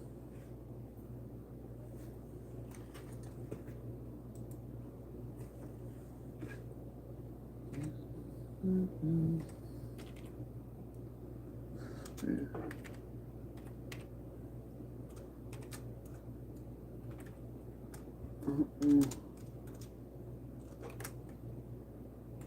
Hang on one sec. I'm gonna put something here for anybody. I usually put all my links in the description. Today I didn't. I don't think I did. Fucking shit's just so much to keep putting. I just want to get one thing where I can just copy it all at once and just put it there. Because I've been putting it all one by one by one. I'll put my music one, and then this one, that one. I usually put them all there. Gets kind of tedious, but you got to do it, man, because then people don't know what you got, right? It's the same thing with these thumbnails. If you don't put a thumbnail, 90% of the time you don't get many views, right? So it's all about the thumbnail, I was told. With these big, successful million subscriber people, they start off with these crazy thumbnails, right? So if you guys see the thumbnails on my channel are getting a little crazy, that's why. Because I'm trying to just get people to click, right? And I'm doing it in my own style, the way I like. Okay? I'm designing all that on my own, bro. I swear to God. Like, I didn't even know I could do that shit. I freaking taught myself all this stuff. And I never even dreamed about any of that stuff in jail. Like, I thought I was going to come back out and maybe, I didn't know. I was down for fighting for money. I knew that. But I didn't think, I never thought that would be realistic, because I didn't think anywhere would be anywhere that I would actually find people that would fight for money. Like, and then have it like a legit thing where you don't get in trouble. I would do that in a heartbeat. I would do that fucking every day if I could. Because I'm just... Honestly, violence doesn't bother me. Like, honestly, I'm the type of person, violence doesn't bother me at all. If I'm that pissed off, I want you to punch me in the head. So, when I get to the point where I'm, like, fucking lost it, like, mad, I don't go crazy. I don't go crazy. I fucking just, you won't even know it, but I'll fucking love to get punched in the face 20 times. And then it'll be like, nothing even happened to me. Because I fucking... I don't know what it is, man. Violence, like, people have fucking done shit to me, like, bad shit. Like, hit me on the back with hockey sticks, break the hockey sticks on my back, like 4 or 5 guys trying to fucking jump me and shit. And then they breaking shit on my back and legs and shit. Because I'm, like, trying to stay away from them. They're trying to hit me from the far away, right? And there's 4 of them. And there was a big party, and I was fighting them because I hated these guys, and I thought my baby mama was in the house hiding. And I fucking fighting these guys. I didn't care how many times that I got hit. And I finally was just focusing on one fucking hockey stick. And as soon as I got that one hockey stick off the one dude, I said, "My turn! And I started whacking guys, and then next thing you know, they all run in the house. And what do? Hi, someone here is trying to break in. Someone here is trying to kill us. Woo! Fucking rats. Like, you guys are starting it. That's what I mean about my luck. It's like, you guys are just jumping me, and now you guys want to call cops. Like, what the fuck? I thought you guys wanted to fucking get it on. What the fuck? Now I get the one hockey stick and it's all game over now? That's not no fun. Eddie wants to play too.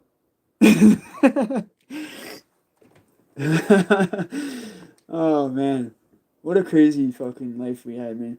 These stories, man, I tell ya, it's like people must think we're nuts, like on these channels. We're not doing this to glorify this shit. Tell you the truth. Some of the stuff we laugh at because it's so stupid when we look back on it. Because now that I look back on it, I think I hate her. Why was I doing that for her when I don't even like her? I hate her, and like the whole time I always knew she was cheating on me. So it's like, what the fuck am I even doing with this chick for? You know? And I was just so dumb and love struck and gullible. I think that's what made me fucking go on a wild bender there when I was after I was done with her. That was my high school girlfriend, like in grade 9 or something, 9 or 10. And so yeah, we had a baby really young, and then she freaking was to the point where she was the type of person that would leave me at home with the baby, knowing I gotta go work full time, knowing that, okay, I would give her the last money, for example. I'd say, here, this is the last $40 we need formula, because she doesn't breastfeed, right? So this is like years ago. My daughter's 16 now, so if you want to know. So anyways, she would take the fucking formula money, the last $40, and take off drinking for fucking not come back for 3-4 days, man. Like, fuck the shit I had to go through. And I was just like trying to work, trying to raise her and shit. I raised her on my own basically until she was 2. Bathed her. I was the mom and the dad, bro. Fucking bathed her, this and that. But to me, it's like a daughter's one thing, you know, but they're gonna lose their family name. So now it's like, fuck, your daughter is your daughter. You're always gonna love your daughter. But your daughter's gonna go get married one day. And that family's gonna inherit your daughter. Basically, her last name basically will be her husband's legacy, right? Yeah, she'll always have her maiden name and this and that. But to me, I would rather have a son carry on the family name just because it was my grandfather did it with 8 kids, and then my dad had, what, 4? And I was the oldest out of my dad's, and my dad was the oldest out of my grandfather's. So it's kind of like a family tree thing happening, and we're all with the same initials. So I kind of want to have a son and make it the 4th generation of Edward Fraser, right? And my mom snuck in there and put my name in there as Mickey. Tried to scam my father out of the name Eddie, because that was his name, my grandfather's name. And he fought for her to get it back on. So they were crazy, fighting about names and shit, and they both had a birth certificate. So I ended up with 2 birth certificates, and that was fun. I was playing tricks on them. They didn't catch on at first for the first few times. But then they catch on when they want to fingerprint you. So just know, if you're lying about your name, be careful, because the fingerprint you, bro, they're going to find out. I actually used to think I could get away with this shit. I'd get right down to right down to the police station before I'd admit it. And they'd be like telling me this is who I'm. Like, okay, fine. You know, finally, I guess I'm not going to get away with it. I'm thinking if they don't know my name, maybe I have a chance to get out, right? If they don't know who I am. This is stupid because it gets more time added on, right? I don't know, man. Sometimes I'd end up with fucking 20 charges, and the stupid lawyer would tell me to plead guilty to all of them because it was that 2-for-1. So with the 2-for-1 shit, it'd be like, oh, okay, just do 10 months. They want 20 months, Eddie. Can you do 10 months? And we just plead guilty to all of them? And you'd be like, fuck, I got 9.5 months in already. Yeah, okay, I'll plead guilty to that. You know what I mean? Just because I want to get out, right? Fucking stupid. So that was stupid. I did that the first few couple times, and then all of a sudden my record went from like 3 or 5 or 10 things to like way up, like to the point where they're just looking at you like you're disgusting. You're looking at you like this guy doesn't deserve a bail. This guy, Dio, fucking no detention order, detention order, detention order. Fucking nobody wants to give no love, no bail to me. States, you guys are lucky as hell. You guys can just get bail anytime you want. Just gotta have the money for it. Damn, I wish that's how Canada was. If Canada was like that, I might still be in the fucking game right now. No, I'm joking. If I knew I could just get out if I had money, that's a little. That's like, damn. That's how you guys get friggin' out so easily. But that's like the difference, man. We're here in Canada, we're guilty till proven innocent. Basically, in Canada, we're guilty till proven innocent. Swear. Product of environment, bro. Yeah, product of environment. I love your comment. Lizanne. Oki Ma. How do you want me to pronounce that, bro? Lil Xan. Sounds like fucking a SoundCloud rapper. I'm just teasing you, bro. I know it's a different language, man. I'm just playing. I'm not freaking bugging you about your language. It's a funny little name there. Mr. Muffin Man. That's a cool name, too. I know him. He's been a moderator for a long time. He's good people. Then we got Real Justice. He's you can't get better person than Justice. He's got a big heart. He's a great person. And then we got Blue Bruce Steele here. 100, my friend. 100.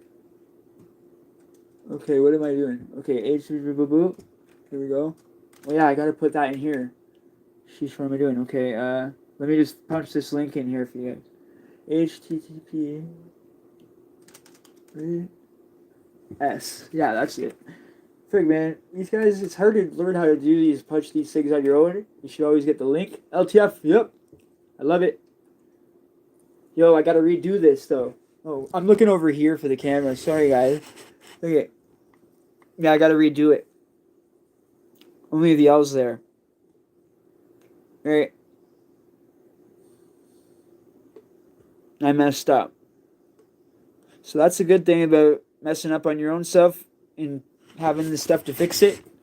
You can always go back and fix it. The only thing that happened was I just went over it too lightly, that's all. Because it was a weird spot. I've never done this spot before. And it's just a really weird spot to do.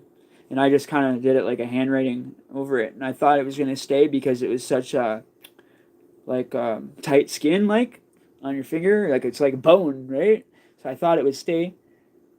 But I got LTF everywhere else anyways. I got one here. I got one on my stomach. I got one on my chest.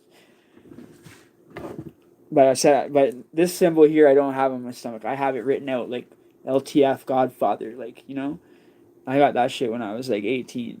And then I have the LTF crest up here. It's like, what the fuck? Right here. You see LTF right there?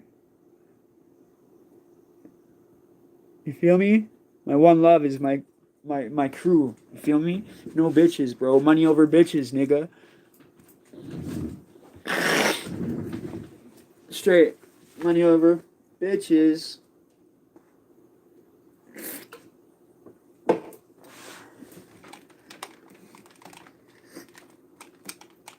Yo, this is what I use. This thing right here. And then this comes out. Sorry about the N-word, bro. When I start rapping, sometimes that shit slips out. I don't say it normally. You guys know that. I don't like to have that in my vocabulary because I've tried so hard to keep it out. But in my rap music, sometimes the odd time it slips, bro. And I apologize for that. And I'm sure none of my homies have no two ways about that. Because they call me that shit all the time. So, and I'm not saying nothing bad. Like, it's not the ER, so. But I shouldn't be saying that in rap. Obviously, it's a controversial thing. And I don't plan on using it in my rap. Just sometimes it's an accident. You know what I'm saying? LTF, loyalty to family. Loyalty to family, loyalty to freedom, loyalty to fans, loyalty to followers, loyalty to Looney Tunes. Looney Tunes family. Yo, you guys see all the Looney Tune representation around here? You like it? I love it. You know, like the hand with the gun from the very beginning of the channel? It's Mickey Mouse's hand, like a Looney Tune type shit, you know? And then the crazy Mickey, the evil Mickey, with the busted teeth and all the blood coming out. That's sick. I got that on a hoodie, bro. Fucking $80, dog. Fucking 100% cotton. It's like Crooks and Castles material, but it's champion material, an actual name brand collab with it. It's got champion logo here. It's got the big huge channel thing here. Oh man, but I'm gonna do different logos. I don't think anyone liked that logo, man. I think I'm gonna do different stuff where I just write out the name of the channel. What do you guys think? Instead of a logo, because people might not like the logo. We got a whole bunch of the girls merch coming out because we have a whole merch line for summer. We didn't have girls clothes before in my shop. Now we have girls clothes coming out. I just got to do the graphic design for the stuff, but we have the actual material, like the actual spandex shorts, the tops, all that little girly crap, hip hop girly crap stuff that you girls love. That stuff's coming in good, and I'm gonna write Canadian jail war stories all over that. Put some dollar signs on it, some diamonds, and you're good to go. You feel me? Oh, yo, I'm gonna once I get a little bit of money from YouTube, I'm gonna start rocking the shit too. And so I understand no one's got none shit. I don't even got none of my own shit, bro. They don't give me the shit for free. What happens is I graphic design the shit. Shit's in the store, right? What happens is so if you guys buy it, I get a percentage out of you guys buy this stuff, the merch. It's my merch. So they get their money back for what they've done because they're putting all the money out to make the stuff. I obviously don't have money to make a merch store. So they make all the money. They make all those. They get the stuff, the material and all that. I do the graphic designing on here, all the logos and everything. And then when someone buys it, they handle all the shipping and money and all the everything. And then they present a percentage of money and give it to me. That's how it works. So I don't get the whole 80. I think I get like $20 out of it. Yeah, so. And same thing with the Streamlabs code. If you guys buy Streamlabs Prime with the 20% off, if you're ever going to buy that, you might as well get 20% off. You feel me? If you're not going to buy it, then don't worry about it. But if you've already planned on buying it and you like wanted to buy that shit, then that's a good thing to get. So that's why I always keep putting in a description for you guys, man. Somebody might need it one day. And because I got Streamlabs doing everything anyway. Like, Streamlabs is the one helping me with the merch. Streamlabs is the one helping me with the tip page. Because YouTube, when you don't have a monetized channel, you can't do the tip. You can't do anything, really. You can't make your merch store. So as soon as you monetize it, I think YouTube helps you out with the merch and the, or at least the button to tip, right? I'm pretty sure. I know you have a lot more ways to do things. You can go live a lot more on different devices. Yeah, man, I can't wait to be able to just do whatever on YouTube like that I want to do. It's gonna be so cool. And we're getting there, man. I think we're gonna get there this summer. I have a goal. I think we're gonna get there to 500 by summer. And then by summer, we'll be at 500. And then by the end of the freaking July, by the end of August, or I'd say by mid-August, hopefully we can be close to getting to our goal. I'd be really happy about that, guys. Because that would be like a year straight grinding to get to 1,000 subs.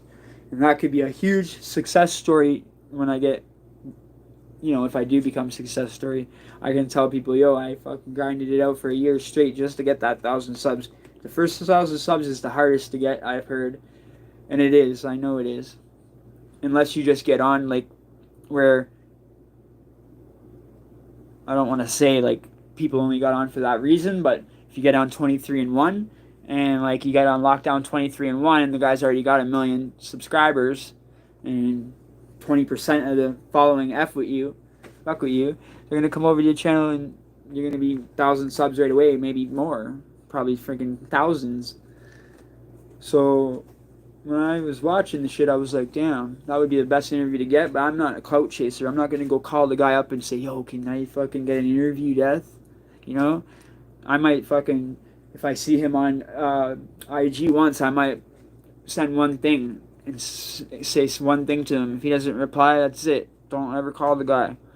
You know, because I've had several people say, yo, you should collab with this one. You should collab with that one.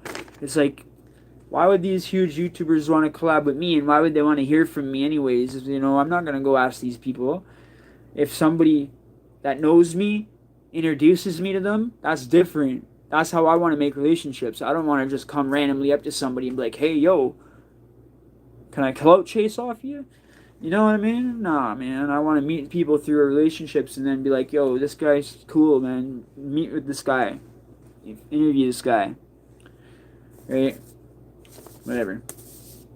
But then 23andOne stopped doing stuff, and he's kind of like changed his stuff up, where he does like courtroom reactions and stuff now, and I think it's pretty cool for him to rest his mind. You can only do that shit for so long. I've been hearing from all these other dudes that are trying to get out of their genre and trying to move on and trying to slowly but surely sneak off into another genre.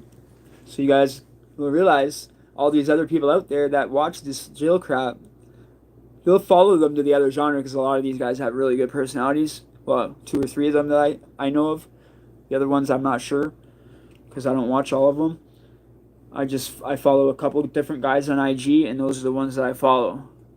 I think it's Kazo, Jay Let's Live Life, the guy I was on his show, Blood the Razor Wire, Doc TV 813, except me and him got in an argument over, not really an argument, not an argument even, just we just couldn't really hang out or talk anymore because of a mutual friend. I'm friends with Blood and Razor Wire, and you know they have some fucking drama going on, so I don't want to get involved with it. So I'm just staying away from it. So that's why I don't really talk to him anymore, because I actually had another interview with him lined up when all that Chad shit happened, and then the interview didn't go through on that Sunday because a bunch of bullshit behind the scenes that people don't really need to know about. So what happens now, I start collabing with all these guys, and now it's like I'm not just gonna go and be like, oh well, I collab with these other big channels, can I collab with yours? No, I know I was lucky to get on those channels. You know what I mean? And I take everything I can get for, you know, I don't look at it like I need to get on a channel to get big. I don't think I do. I think I can get big off my personality alone. I'm not trying to be conceited, but I've always been good with the gab. I've always been the one on range to cheer people up, like homies that are shaking it rough. Their baby mama cheated on them and their fucking homie just got shot in the head or some shit. And then I'll be the one to start fucking, you know, I can always cheer somebody up, dog. You know, I can get along with anybody. I might have been a bad person back in the day, but I always had a good heart, man, deep down somewhere. And, like, I care for people, man. So when I see somebody struggling really badly, it's like I'll go out of my way to help them. Yeah. But if they can't fight for themselves, like in fighting, though, that's different. You can't help them that way. I'm talking help them emotionally, right? Like just by being there for them and listening to them. Tell them a couple stories. You wouldn't be surprised how much that shit goes a long way. And when you're cellies with somebody for so long, you guys will pretty much tell each other stories and shit. So that's like basically every time you get a new cellie, you guys go on. If you guys are cellies for like say 3-4 months, you guys will starting slowly but surely talking to each other, telling each other your life story and shit, right? And so that's what happens, and then you get used to telling it. You come home from jail so many times and people want to know what happened. You tell all your homies, you tell all your cousins, you tell all your whoever that wants to know, all your girls, like, and it's like, so you're so used to that. And I never ever thought for 1 minute that I could do a fucking movie video or a video on it or a YouTube on it. It never crossed my mind. I never did. But I was always talking about it anyway in my real life. I was always talking about it, and I get to the point where some people would be like, "Yo, dog, stop talking about that shit," you know? Because I have so many stories, bro. So it was there the whole time, bro. I just didn't know. I just didn't know. So that's what led me here. I had to go do all that fucking time so I could get here, so I could help people. That's how I look at it. Because I always knew fucking God had a bigger purpose for me. I always knew there's no way I'm gonna die in these jails, man. I can't. I can't.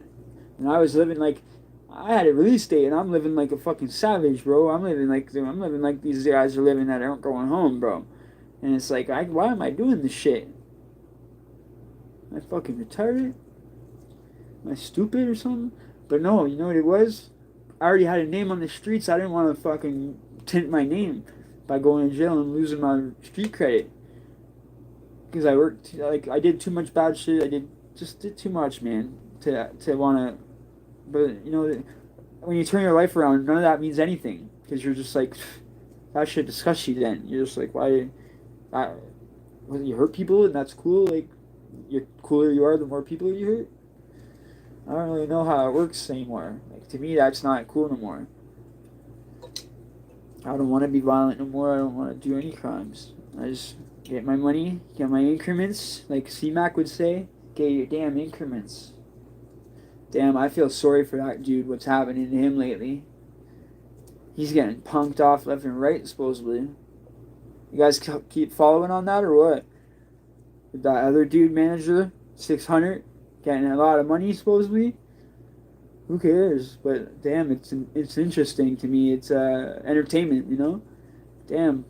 I wonder who did get that money. Because like he said, he goes, how could I punk off C-Mac, the big gang member? Big gang member Crip. How could I punk him off? Like, so either he's not a Crip, he's not either not a big gang member Crip like he says he is, or he didn't get ripped off. One or the other. The way how we put that just kind of like put him in a catch-22. It's like, you know, dog, that's not right. He backed his ass into a corner with that comment. And so the only way I think he can get out of it is go throw a funny fade with that dude and get rid of that shit, that comment.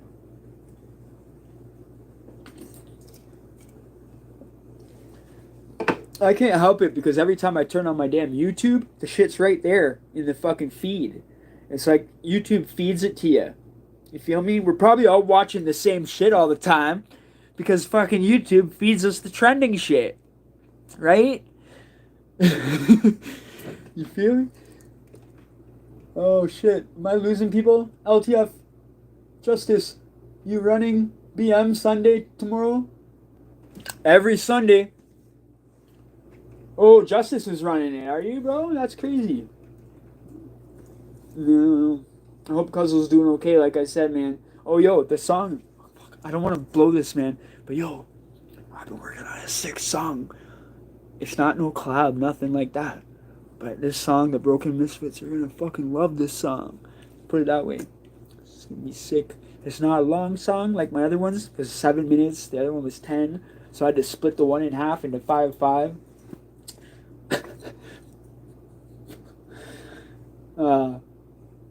So I split it in half into 5-5, and then what I did was the 7-minute song. That's my theme song to the channel, man. I wrote that song in jail. Orange Jumpers and Chains. You know, you spending your sleepless nights on a range. You're feeling like an animal inside of a cage. You just want to get out and rap on stage. That shit is hard, bro. I don't care what anyone says. I listen to that song. I just don't like the beat. I made the beat myself. I taught myself. It took me like a month to learn how to do that. And then I messed up somewhere along the line with the metronomes too damn high or something. And you can't really hear me that well unless you put earphones on. But I'm going to get rid of that beat eventually and just put a better beat on there. So it's not the end of the world. But now I've learned, right?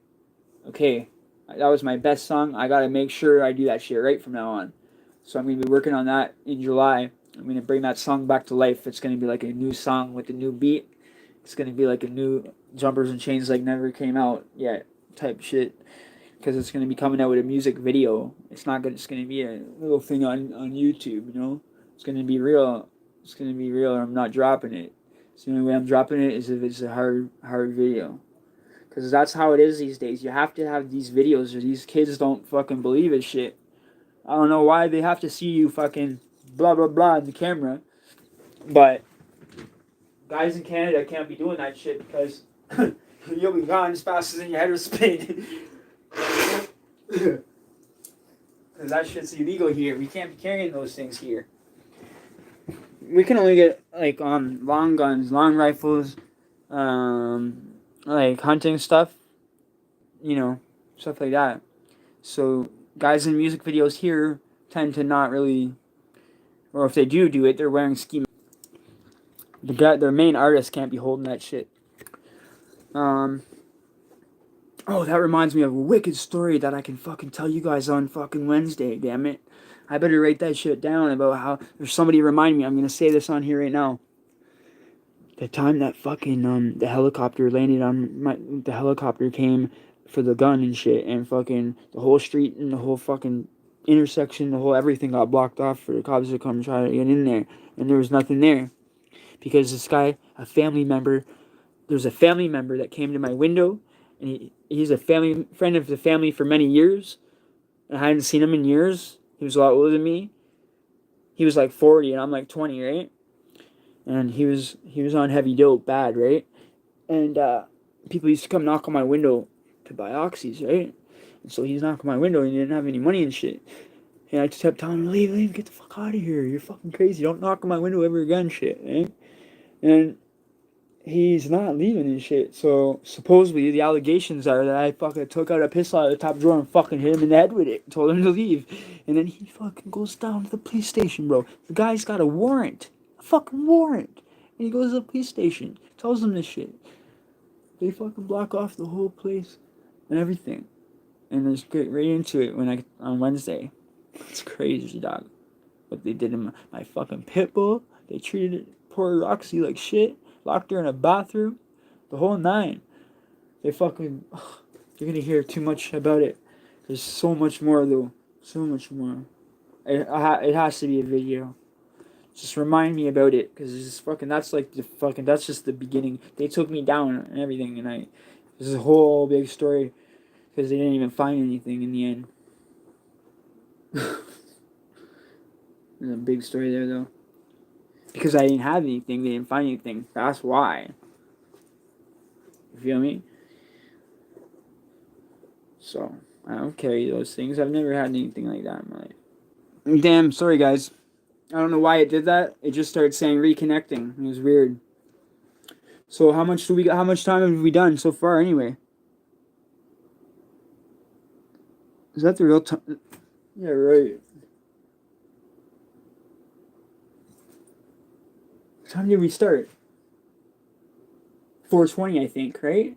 So 4:20, 5:20, 6:20. So we've been for 2 hours, guys, already. So we got an hour left, homies.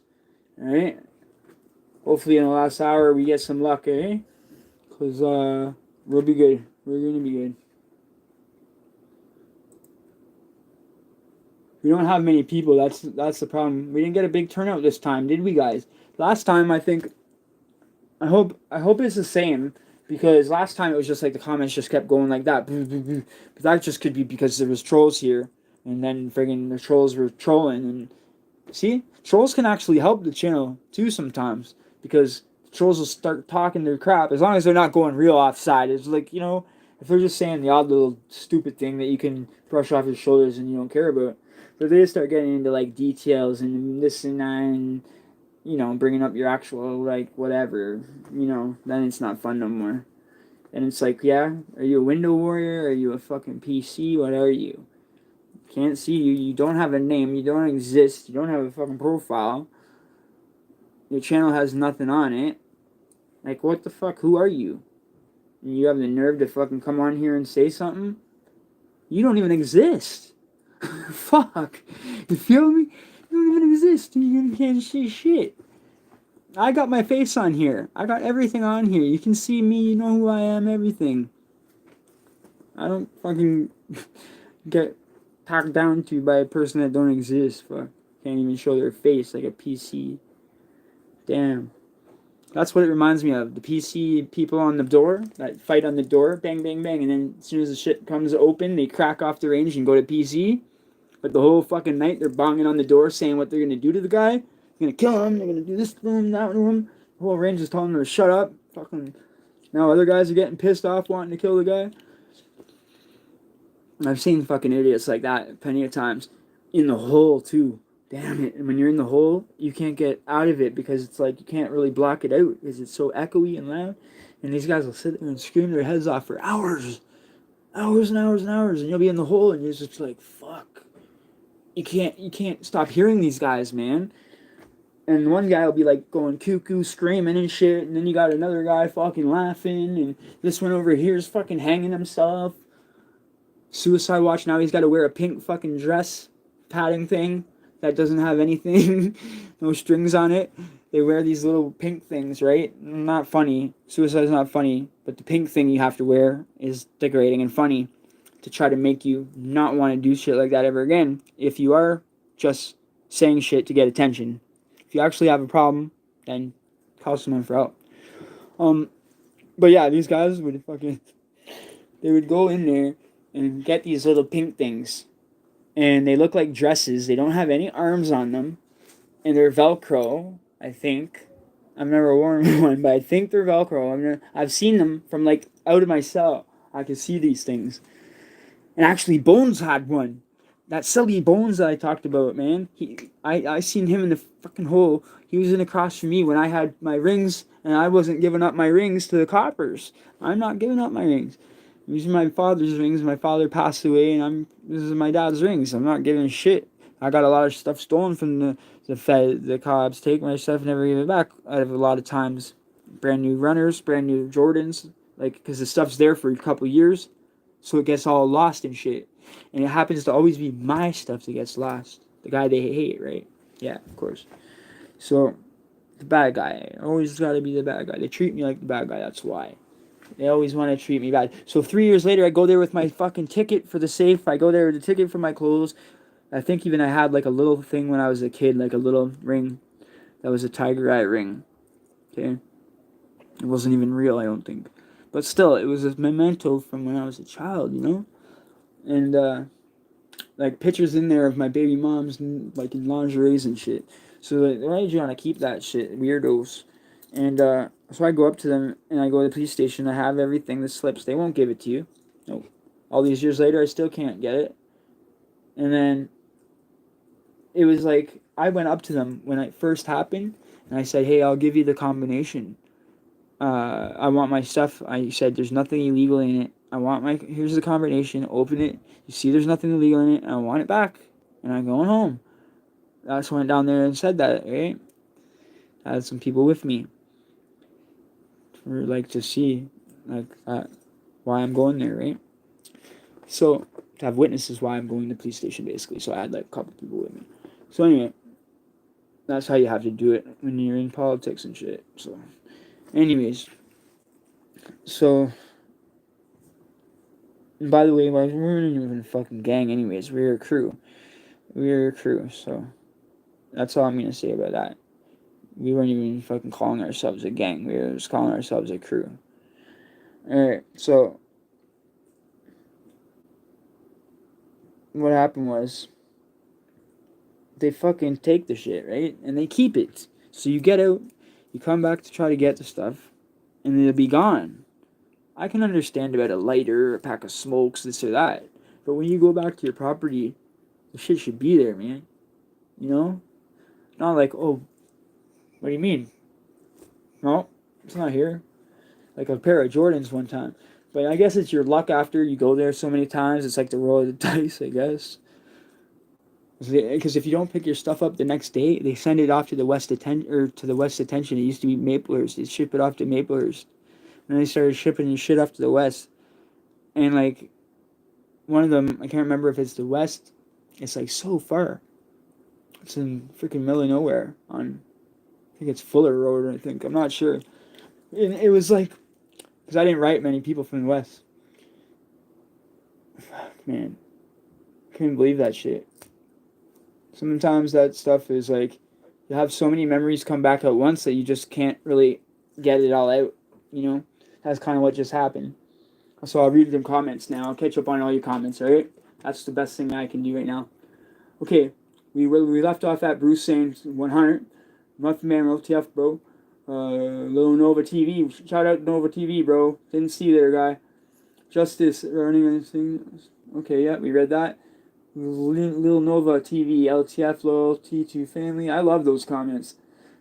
Lizanne, you're a man about your own, bruh.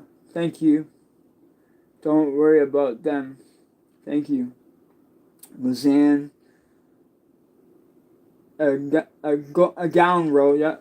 It's like a padded gown, for real. That's what it is.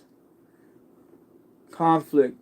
Walk away from conflict. Yeah, for real, homie. Well, why do you think I don't even want to get involved in any shit going on with any other YouTubers that are in the little drama shit? I don't want that shit coming around me, bro. I didn't like the shit happening around me when I did that fucking that bigger channel and all this drama happened, but whatever. Like the drama that I caused or whatever, that's one thing. I can deal with that, but when shit's going behind the scenes that has nothing to do with me between two other guys and shit, and I'm friends with both of them, and it's like a fucking tug of war whose side I'm gonna go on and shit, that shit's just fucking, I can't be involved with this shit, bro. You know what I mean? I don't want to fucking be like, oh, well, this one, so now I can't do content with this one, and it's just like a whole fucking stupidness. So, it's like, I heard certain people like, they don't even want to do collabs right now because of all that, because they see what's going on in the genre. And then you got, so that's going on over there, and then you got whatever's going on down in Florida and shit like that. That shit's been going on for what? Since they came out. Right? So, I don't want to start, because as soon as that shit starts, the shit never leaves your channel. You know what I'm saying? I don't want to get fucking known for clout shit, fights and this and that, but actually I would like to fight, so don't count me out for the fighting shit. I'll fight for money. Just because I'm hard up, and I fucking, anyone that's ghetto like me would fight for money. Fuck, I'm pretty sure. If you need money, why wouldn't you? It's the easiest thing you could do for money, right? Even if you're gonna lose, you still get the money. So go in there, get beat up, and take your money. I've seen guys do that. You know, that's a smart thing to do. Fuck, I swear some of these guys are rigging fights, man. Because how did all of a sudden a big YouTube thing happen where all these YouTubes is boxings now? Well, I guess because the people are so damn famous, they molded fucking YouTube into like a genre, into like YouTube boxer fights and TikTok boxer fights, and I think they're even getting on pay-per-view, I heard. I'm pretty sure. Like the big ones are. Like, fuck, I think you guys know who they are. I'm not going to mention their names because I'm not trying to fucking get no clout off these guys. And those are the type of guys that'll probably fucking find out and say, yeah, that I was trying to. Who knows? Fuck, I don't want to even take a chance. But anyway. No, they wouldn't. My channel's too small. They'd be like, no, he's too small and we can't even do that. But anyway, fuck it. What I say is, if you got a good personality and you're good in front of the camera, and you can talk to your subscribers, and you can talk for 3 hours on a live, even if nobody was commenting. If nobody was commenting the whole time, that's a hard thing to do. Because in the back of your head, you're thinking, fuck, everybody hates me, what am I doing? Why, fuck, not even one person came to my... That would be hard, bro. You know, that would be hard. If someone had a live and no one came to it, that would hurt. That would hurt a content creator. Big time. That would probably make someone quit. Not me, though. Not me, though. Nothing's gonna get me to quit. Nothing. I got so many surprises, too, on my sleeve for, like, milestones and shit. Like, that thing I did on Blood of the Razor Wires channel, I was trying to save that, actually, for if I got an interview on 23andMe ever. I was gonna tell certain stories at certain times and milestones about my life, because basically Looney Tunes is called defuncted or debunked or whatever the fuck they want to call it. Okay, it basically means inactive. The whole set, right? It's been inactive for years because fucking half the set went to jail. Okay. So, and the other half of the set went out. Some of them went to BC, and then some of them went out jail out there, and shit like that. So, the Looney Tunes just fucking decided to basically some of them died too. Put it that way. And it was only a small set to begin with like 13 or 14 people. And it's one of the oldest sets. You can look it all up on fucking Google or Gang, whatever the fuck you guys want to look it up on. Toronto, whatever, tactic shit. But anyway, I was only a little kid, 12-year-old shit, little kid shit, thinking you're cool shit. You know, that shit ain't cool, shit ain't nothing, so I don't even talk about it, like, or say what it is or brag about it. But it is part of me, and I am always gonna be with it. I always will be a LTF shit, so I gotta kind of, talk about it in a certain way where I'm not trying to glorify it or, like, talk about it like it's a gang or some shit. It's just a crew. It was a crew, and, now it's nothing. Now it's just me trying to revive the name, and, because I have LTF Godfather on my stomach, put it that way. So I was pretty good there. I was the one doing all the shit in the set pretty much. Like for my boys know that. I took so many bids. Like I took a bid for JJ. Fucking Scotia took a bid for me. Like we were a tight crew, bro. Actually on JJ's death page, there's a picture of our whole crew. I'd like to get that picture. We all have matching jogging suits on. It's like custom made jogging suits for our crew and shit. It all says the same shit, like LTF on the sleeve here. JJ got them for us for Christmas one year. And when JJ died, bro,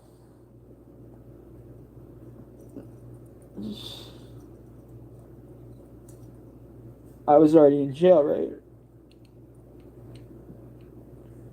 So we just stopped everything. Fuck it. When everybody's fucking dead or in jail, there's nothing left, bro.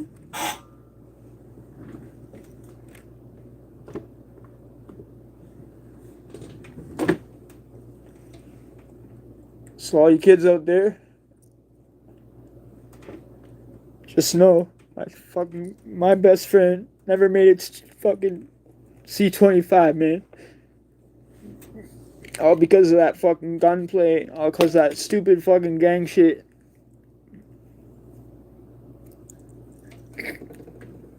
Because if we weren't doing all that bad shit, that shit wouldn't have backfired on us. And karma's a bitch, bro. Karma is a bitch. So what happens is you do shit to people, and the shit comes back on you, bro. 10 times harder, right? But like, the thing was, JJ didn't do nothing to anybody.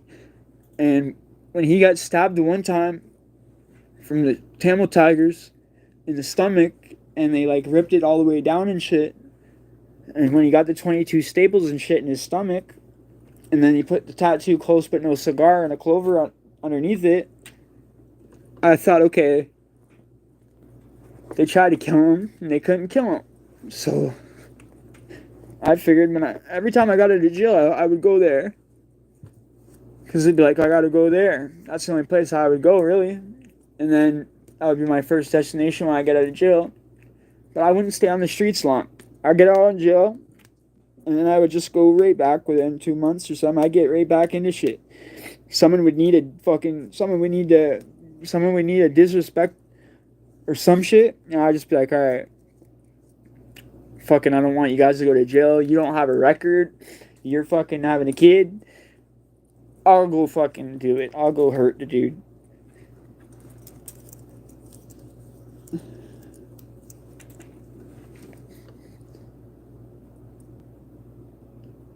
And you do that shit because you know they would do it for you.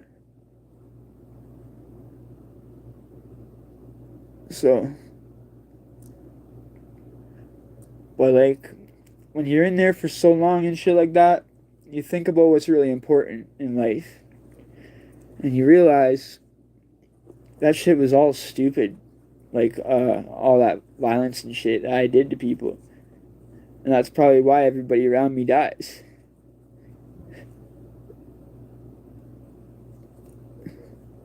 Like, I can't even tell you guys how many people died.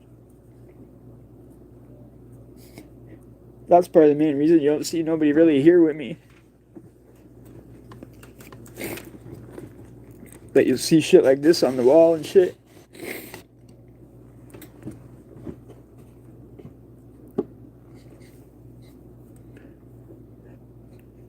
These kids don't want to do that shit, man. Dying at 13, 15 now. It's getting younger and younger. But you see, that's karma's a bitch, bro. Because when you're fucking 12, 13 and you're putting guys in wheelchairs and shit, well, supposedly, allegations and shit, people are saying stupid shit from the time you're a little kid, putting fucking guys in wheelchairs, fucking shit like that. Of course you're gonna have fucking karma come back on you. But the thing is, it might not come back on you. It might come back on everybody around you. And then you're gonna pay the price for that shit, because you're gonna know why. And you'll know that, like, you're the cause of it all. Because, like, if you're not violent to people, no one's ever going to be violent to you. If you're not ignorant to people, no one will ever be ignorant to you. Unless there's just, like, someone that needs help. You know what I mean? I'm talking the average person. So, man, it starts off with selling weed, right? You jump off the porch, you're going to start selling weed, dog. And then you're going to fucking get a pager, a cell phone, whatever. Use a pager with a fucking payphone, and then you're gonna start selling weed, and you're gonna see how much money you're gonna get from that shit. You start buying the clothes, buying the jewelry and shit, make yourself look real cool. Then you're gonna be seeing all the money in your wallet, so you're gonna go get more weed. And then you're gonna sell more mushrooms too. Now ecstasy too. Why not? Whatever the set has, right? Fuck it. Whatever the dogs have, whatever the homies have. They got 10,000 easy, this or that. Or if you don't have nothing, go fucking take it. That's how we would do it. If no one had anything, I'll go get something. I'll go hit a lick. Who's got what? You know?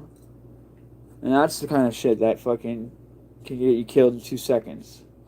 And that's why you used to say, what the fuck, you going on another cowboy mission here? And he'd be like, I ain't down with these cowboy missions, you know? And I say, I know, you don't have to come, bro. You don't have to come. You know why they call it a cowboy mission, right? Like, it shouldn't be like rocket science, right? What do cowboys have, right? That we don't want to talk about, so that's why we call it cowboy, right? So anyway, I had this one girlfriend that was a fucking 40-year-old nympho. When I was, how old was I? Like 23 maybe? I got out of jail for 3 months one time. And this nymphomaniac I met, okay? This nymphomaniac named Renee Montaigne. She's dead now, so I'll speak about her and her name. It was Black Mike's girlfriend first, right? So she started having the hots for me, bro. And I would always hear Black Mike fucking her, right? And she's a white girl, blonde. She was a madame. She was a female pimp, okay? She had all these little young girls. Not young, like younger than her. She was 40. These girls are like 25. Like my age. They're 20. I was younger, 23. Hanging out with older people, but... So anyway, this girl, Renee, was something else that I never seen before, man. Any other girl, bro. This girl was fucking like a fuck machine. Like, I don't know, man. So I'd hear him in there fucking her, and it would be like the loudest shit I'd ever heard in my life. Like, the whole fucking neighborhood could hear this shit. And I always thought, fuck, that's kind of weird. Like, I've never heard shit like that, man. You're not even in a porn movie. Like, come on, that's a little much, right? So I'm like thinking in my head, what the fuck does this guy got a fucking huge fucking cock on him or something? What's he doing in there? Like, what the fuck? And I always wondered what the fucking issues was going on there. So about a year goes by and fucking this chick goes and comes into me and she leaves my boy. She says she's designed with him this and that and this and that. So me and him have a little bit of a like competition or whatever, who's gonna like be the bigger dealer, and she only wants to be with a guy that's got all the dope and this and that. She's a fiend too, right? Crack fiend. And we're crack dealers, so, but we looked past it because she was so hot. And she was fucking a female pimp, and she was just a money machine and a fuck machine. Okay? So, and she died of pneumonia. Bless her little heart. And because me and Black Mike were fighting and arguing, and maybe I'd shoot him in the head, and maybe he'd shoot me in the face if we see each other all over a girl. And we both had it on us. And we fucking sometimes see each other. And we look at each other and be like, is it really worth it? I don't think he ever thought about killing me, but I sure as hell thought about killing him a few times. Looking out my bedroom window, I think he would come and spy on me. I'd be in my room fucking her. And I swear, I think he was spying on me a couple times, homie. I swear, through my bedroom window. I was living in this house. Okay, Bayview and Shepherd. Bayview and Shepherd, okay? It's a nice area, but there's like 5 abandoned houses on the one corner of Empress. And it was like the one house was here, my house, which was the only house that was actually a house that wasn't abandoned. And then the neighbor here was abandoned, and then abandoned, and then a neighbor, right? So you could go to the abandoned house and hide all your shit, right? That was what I loved about it, right? So he would fucking, I think, sneak into the little spot where I would hide shit. And then you could just hop the fence and you'd be right there in my backyard and he could like peek up into my window or some shit. Because we're so blasted and fucked up and like, fucking every 10 minutes. I don't know what's up. He could be staring at me for the last 2 hours for all I know. Sitting there ready to pull it on me, you know? I don't know. He's sitting there watching me fuck his bitch. You know what I'm saying? He's been with her for years. And, well, not years, sorry. He'd only been with her for like about a year. And he did some crazy ass shit to her and this and that. And I'm not going to get involved in that shit because I don't even know if it's true to this day. But she came to me crying to me, telling me all this shit, blah, blah, blah. That's why I ended up doing it in the first place. And because me and him were already having a fallout anyway. So I thought, oh, this is might as well. And he didn't serious with her because she was a crack fiend anyway, right? So he was in love with her, but he was in love with what she used to do with her pussy to him. Okay? Not in love with her for real. Because, anyway, but this girl would kind of make you fall in love with her, though. Because she's just that type, man. She's just the type of girl, you never meet a girl like this in your life. Okay? And so what she would do, it was not even, the guy wasn't even fucking her. When I heard the loud shit, the loud noises and shit, he legit wasn't even fucking her.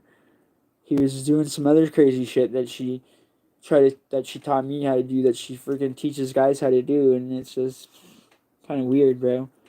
It is really weird. I did it to her and shit like that, and she started squirting everywhere, bro. Everywhere. Every 10 minutes. Every fucking 10 minutes.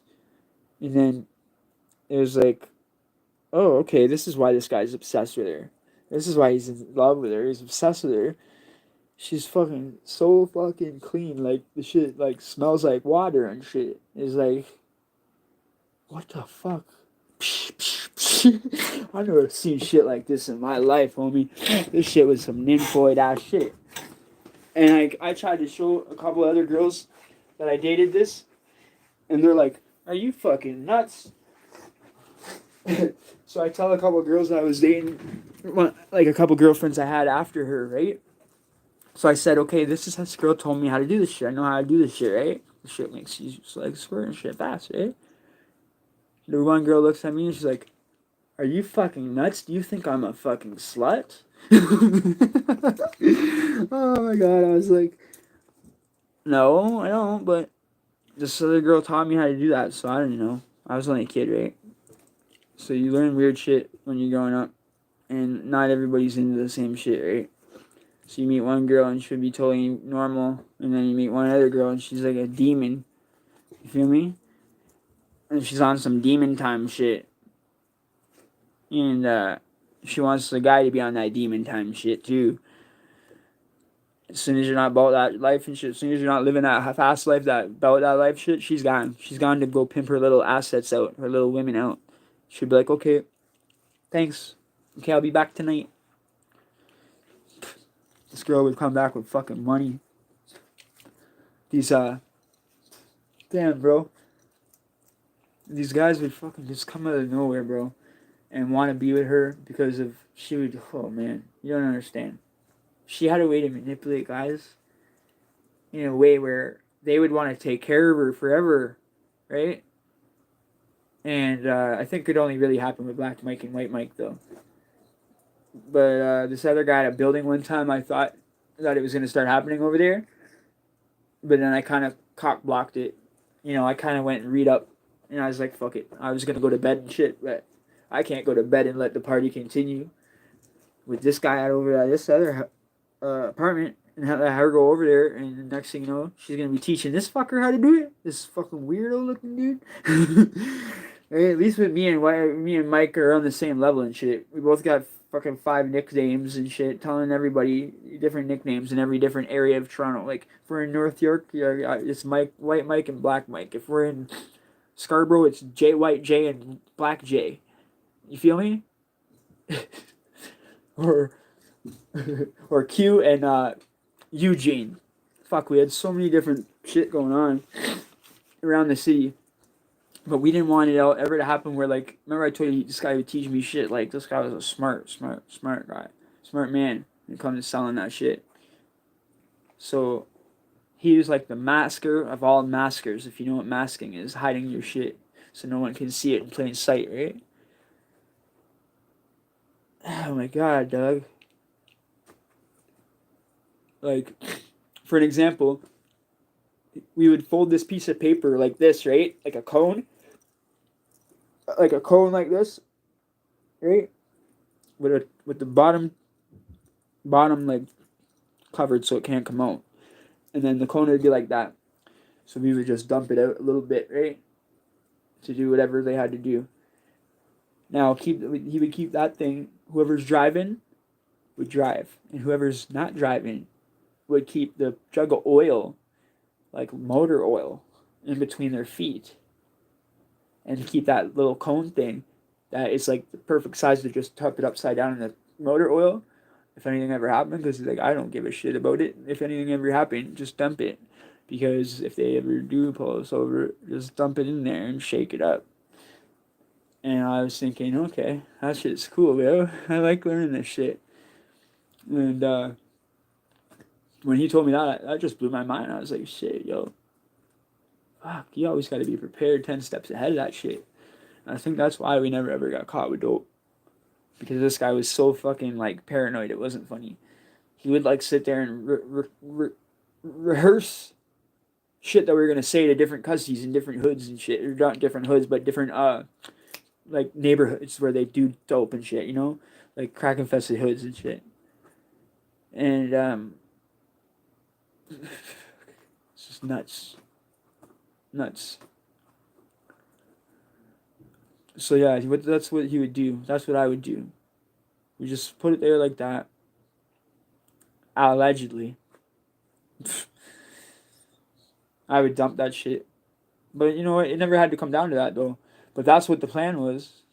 And then other things, like we wouldn't have a scale or anything. We would hide that shit. We would like hide everything, man. This guy was so paranoid. He wouldn't even let us take money from the people. Okay?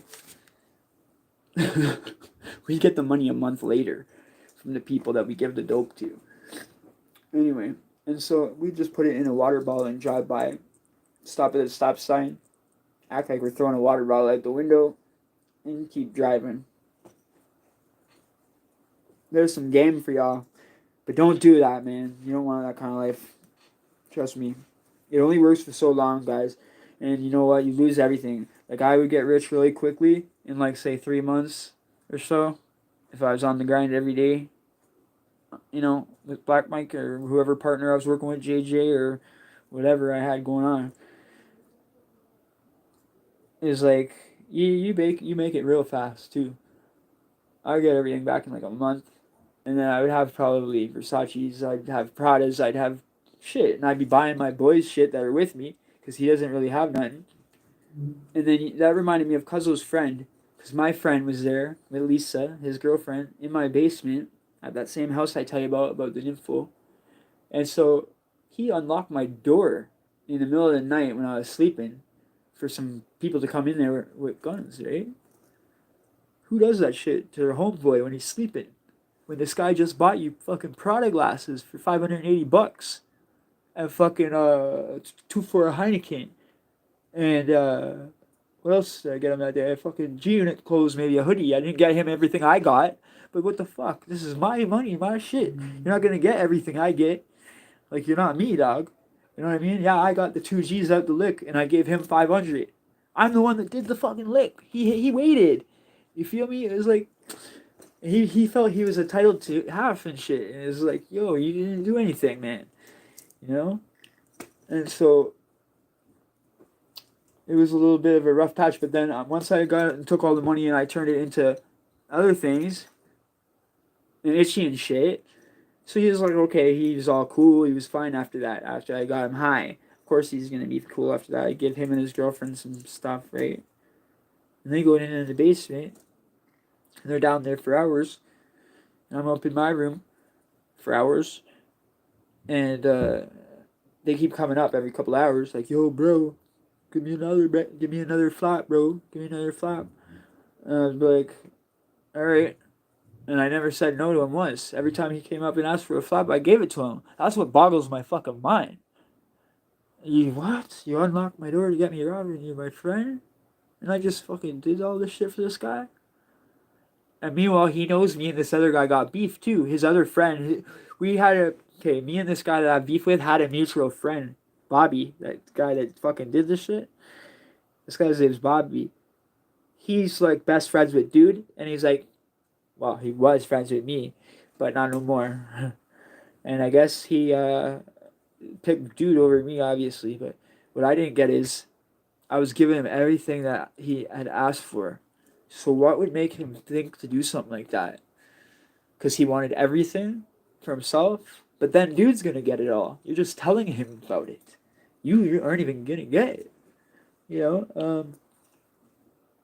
I don't know if it was Lisa in his ear telling him, "You're just a bitch. You're just a bitch. You let Mike talk to me like that. You let Mike talk to me like that." Because Lisa was his girlfriend, but she was like, they had like an open relationship, put it that way, where she was like breaking up with him all the time because he was like off getting high and shit, and like they would lose track of each other for weeks and shit, right? So yeah, at one point when I had the three girlfriends, Jessica, Lisa, and Renee, yeah, Lisa was my girlfriend for a couple weeks. But that's when I didn't even know Bobby. When I met Bobby, I told Lisa that we can't do that shit no more.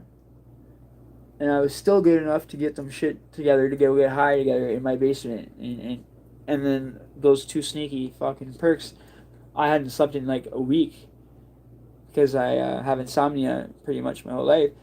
And I would not sleep very often.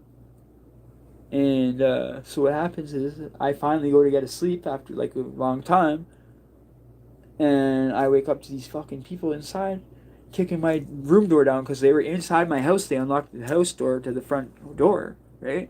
But in my room, I also had a deadbolt on my bedroom door. So they got inside the main part of the house, but they're trying to get in my bedroom. And I just wake up to this fucking loud booting. And doors getting booted in. And I just see the crack in the deadbolt boot in. And I just like see this big guy come in there, fucking face covered in tats, right? And it wasn't dude that I had the beef with. It was his older brother. And I was just like, I didn't even know they were brothers until after I found out. Because I was trying to investigate who these people are. So I find out it's his older brother. Okay. So, yeah.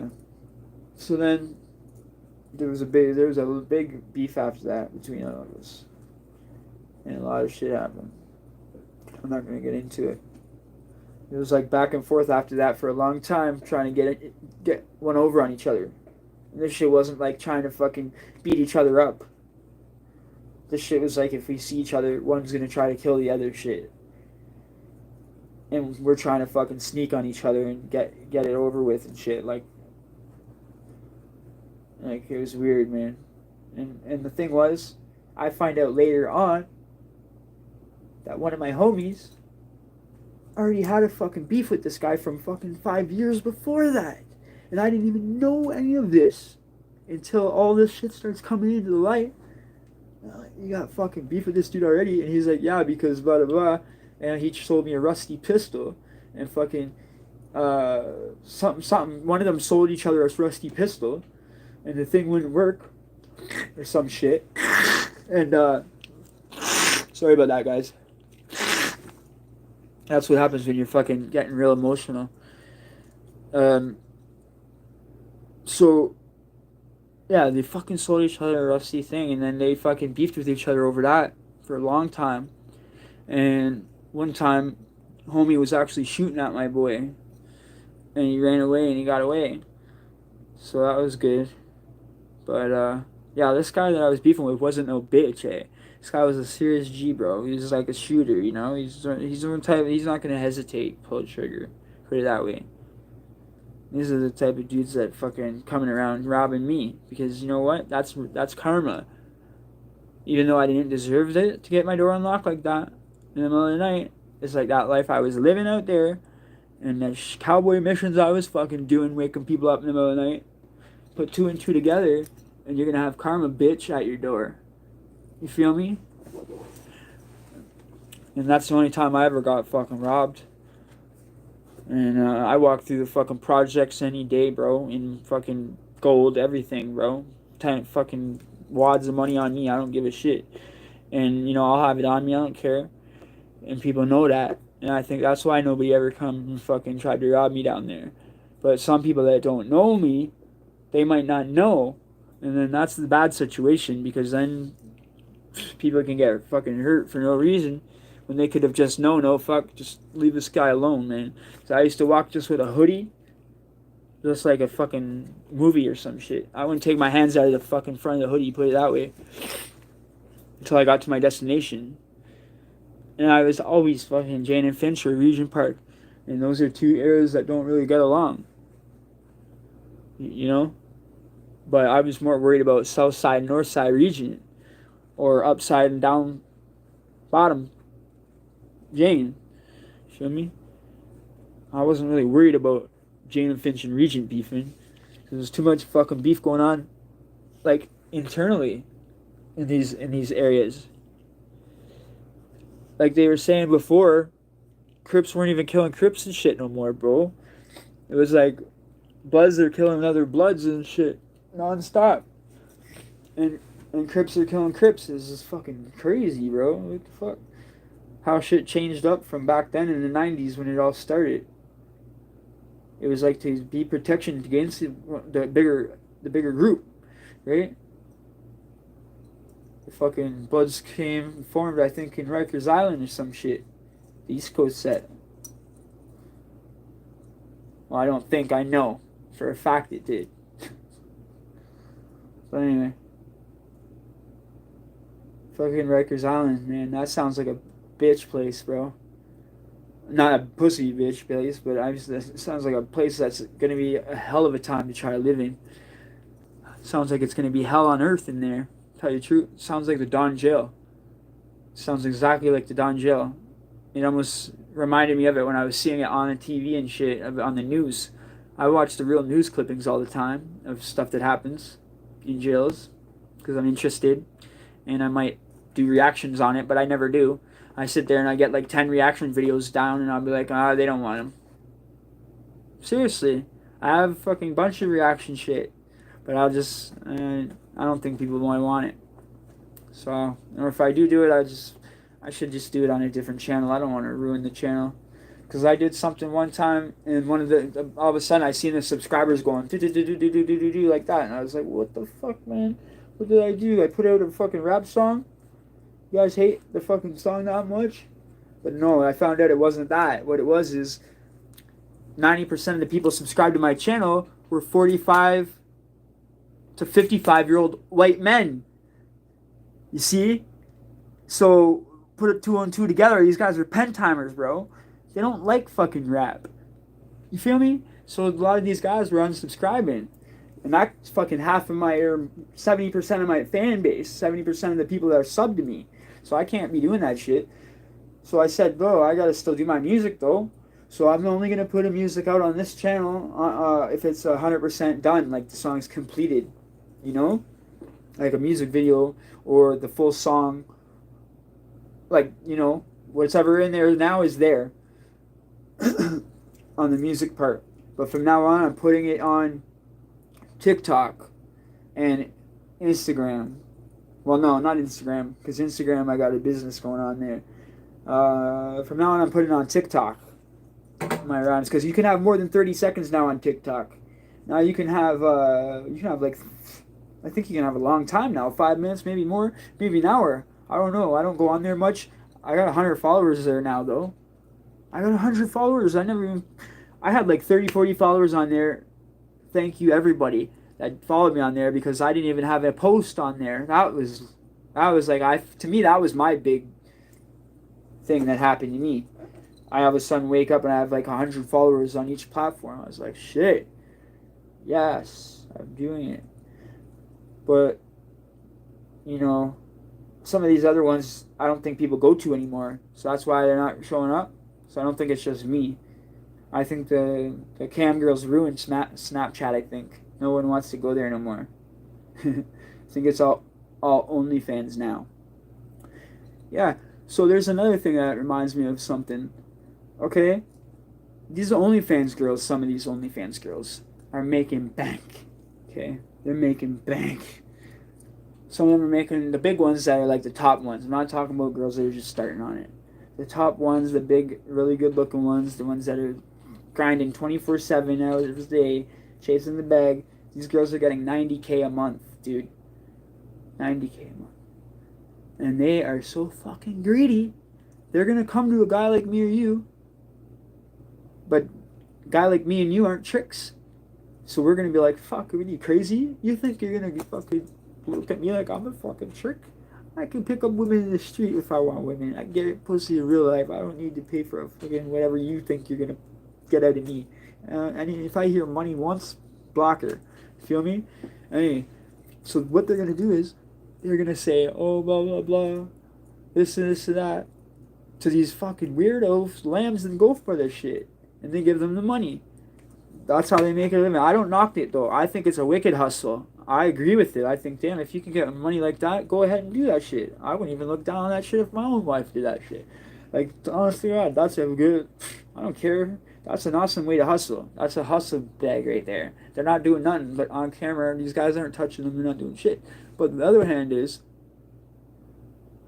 these girls lose their soul. They don't know the difference between camera and real life no more. They don't know the difference between real sex and fucking John sex, because the bag, it messes them up. Next thing you know, they can never have a man again, because they'll never get a man again. Not because they can't get one, because they will want one. Because in their mind, they're gonna think every fucking guy that doesn't have money is a clout chaser just trying to get on them for money, and then every guy that does have money is just a trick. Right? So it's like, holy fuck. And like, I got some of my best pictures on IG, right? So I get a lot of these IG girls messaging to me, right? In DMs, trying to slide in there, right? And so I say to them right away, before they even try to say anything, I say to them, listen, I'm not a fucking whatever. I'm not this or that. I'm fucking a sexy guy. You should be paying me. I say, no, I'm joking. No, I say, basically, I hate gold diggers. That's what I'll say. I'll say I hate gold diggers and I hate liars. I'll say, so just tell me straight up right now what you do for a living, and rock with it. You know what I'm saying? I'm not jealous. I don't give a fuck what you do. You want to collab? You want to be my friend? I don't give a shit what you do. So then some of them will be like, cool, and tell me the truth and just break it all down, right? And like, I'm still friends with them and whatever. And then the other ones, they don't get it through their head, dog. It's like they'll ask you again and again and again and again and again. And then they're like, well, if you don't love me and you give me money, it's like, I never fucking said I loved you. I never once said I was going to give you money. You fucking came here and I started asking me all kinds of shit. And I told you what I did for a living. I told you this and that. I never once said I was rich. I never once said this or that. They assume that shit when they look at me. because they see Versace's, they see all the gold, they see fucking chains, they see, oh, rapper, they see content creator. And I tell them, I am just starting. I'm fucking trying to chase the bag right now, like you. We're chasing the bag, chasing the dream. Okay, I'm not into having whatever. I'm into collabs and shit, right? If you want to fucking promote each other, do some shit like that, or whatever. Something to do with business or some shit like that. I'm like that kind of tip with these people.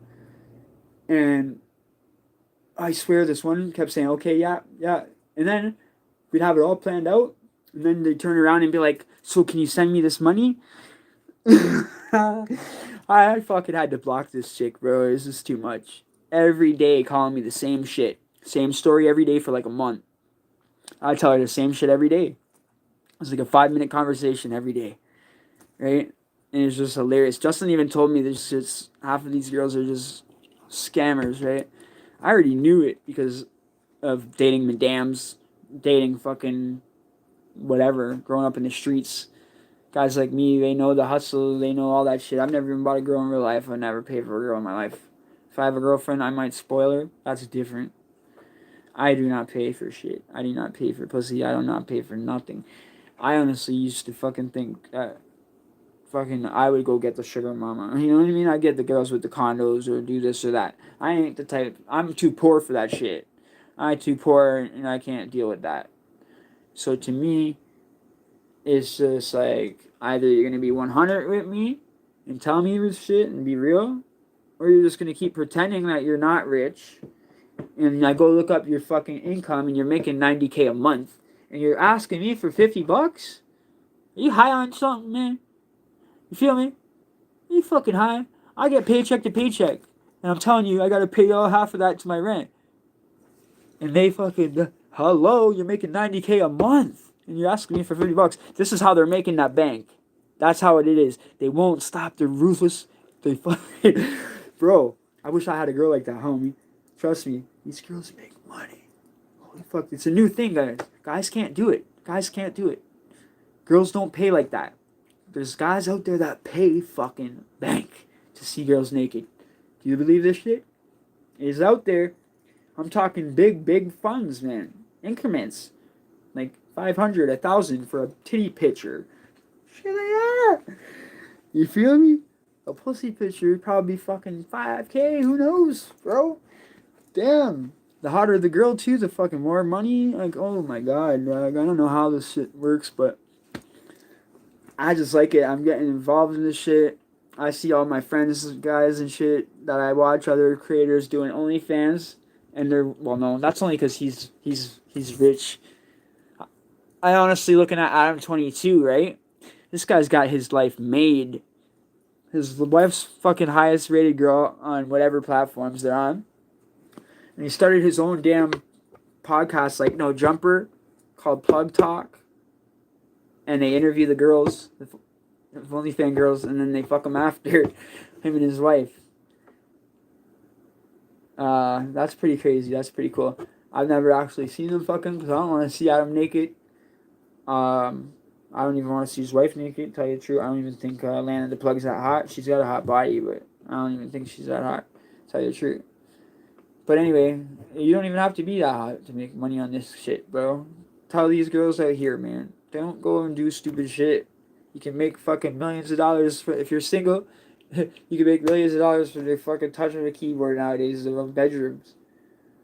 You don't even have to show anything. 90% of the time, they fucking just pay it before they even see it. It's like so weird to me. It's like, to me, I just can't understand it though. I don't get it. I always get the point of the girls doing it to get the money, but they're not. The guys aren't getting nothing out of it though. They're just fucking. Why don't you just go get a porno magazine and whack off fucking $5 and look at the magazine all you want? I don't get it. To me, I don't get that shit. But I guess everyone should do their own shit, bro. You know, if a girl wants to send me shit for free, that's different. I'll look at it, but that's different. You're sending me your pictures for free, your OnlyFans for free, your fucking videos for free. Okay, then I know you might be a little bit into me, right? But if you're asking me for money, fucking beat it, bitch. I don't got none. I want money, right? So yeah, but I say about the 50 that in the last 3 months, I say about 45 of them have been fucking nonstop relentless, like just gold diggers. And there was a few of them that did send me the shit for free though. So I'm not gonna say every single girl out there is a fucking gold digger. There's a couple of them were real fucking with me 100. Give me the one OnlyFans for free. I didn't even watch that shit yet. Just constantly just fucking whatever, what you can imagine. And I'm just like, yo, whatever. If you think I'm sexy, go ahead and think I'm sexy. You want to be a fan, you can be a fan. I don't give a shit, bro. I'm gonna blow up. And the more fucking bigger I get, the more guys are gonna be like, oh, look at this guy, look at this guy. Right? Because guys hate on each other, bro. Why? Why do we hate on each other? We should be helping each other. I'm not saying the guys in here, but I'm saying a lot of these guys nowadays, they'll see a guy getting on, they'll see a guy, like, a good-looking guy or whatever, fucking getting the women and shit, and the first thing they'll be like is like, yeah, but she's got AIDS, bro. Or like, yeah, but every guy's fucked her. Well, you haven't. I don't know. I'm just fucking around, man. I don't know. It's funny. This is these days nowadays. But my main point is how the fuck do these girls make this kind of money, dog? Some of them are making millions off this because there's no porn industry basically no more because of pandemic. Everything's shut down. People still need to watch content, so that's what people are watching YouTube like crazy, right? People still need to get Pornhub, and everything's not really around. So I guess when these girls started this shit, man, this other shit that came out, and then they're like 100 grand on, or 100,000 maybe more followers some of these girls have on IG, and they put a link to their OnlyFans, and their shit gets taken, gone, forever.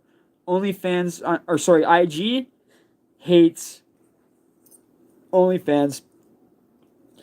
When I had to say something to a girl one time when she was asking me what the name of it was, I wrote only, and I put like a bunch of other words, like 20 words, and then had a few other like words underneath it, and then I put fans underneath, and she didn't catch on, but I ain't taking no chance, bro. I only have 100 people on here, but I wouldn't even take a chance for 100 people, so I can't imagine for 100,000 people. Damn. But the only way they can get their shit promoted is self-promotion, so I don't know, man. It's a catch-22. I'd go promote that shit on Twitter, though. Twitter's a little bit more easier to deal with. Twitter's more into that shit. I've heard of girls posting shit on Twitter, like naked and stuff, and Twitter not even doing nothing. So, you just even put a link in your description on IG, you're gone. And these girls are celebrities with blue ticks and shit that are getting their accounts taken. When I seen that, well, they didn't tell me that. When I seen that on the camera, if it was the No Jumper show or some other show. When I heard that shit, I was like, this is crazy. IG is really cracking down. They don't want any of that stuff happening on IG. And I know why, though. Because it's supposed to be a respectable brand opportunity. IG is supposed to be something where you build your brand, you show your best stuff of yourself to the world, and they'll come and tell you what they do to fuck with you or not. And brands will come reaching out and shit like that. If, right now I'm actually waiting for something to come from UK in the mail. It's taking forever. I ordered it April 30th. Right, I have the tracking device. It actually didn't get set out until about 2 weeks ago. And it's got to take 7 to 20 business days. It's been about maybe 10 business days.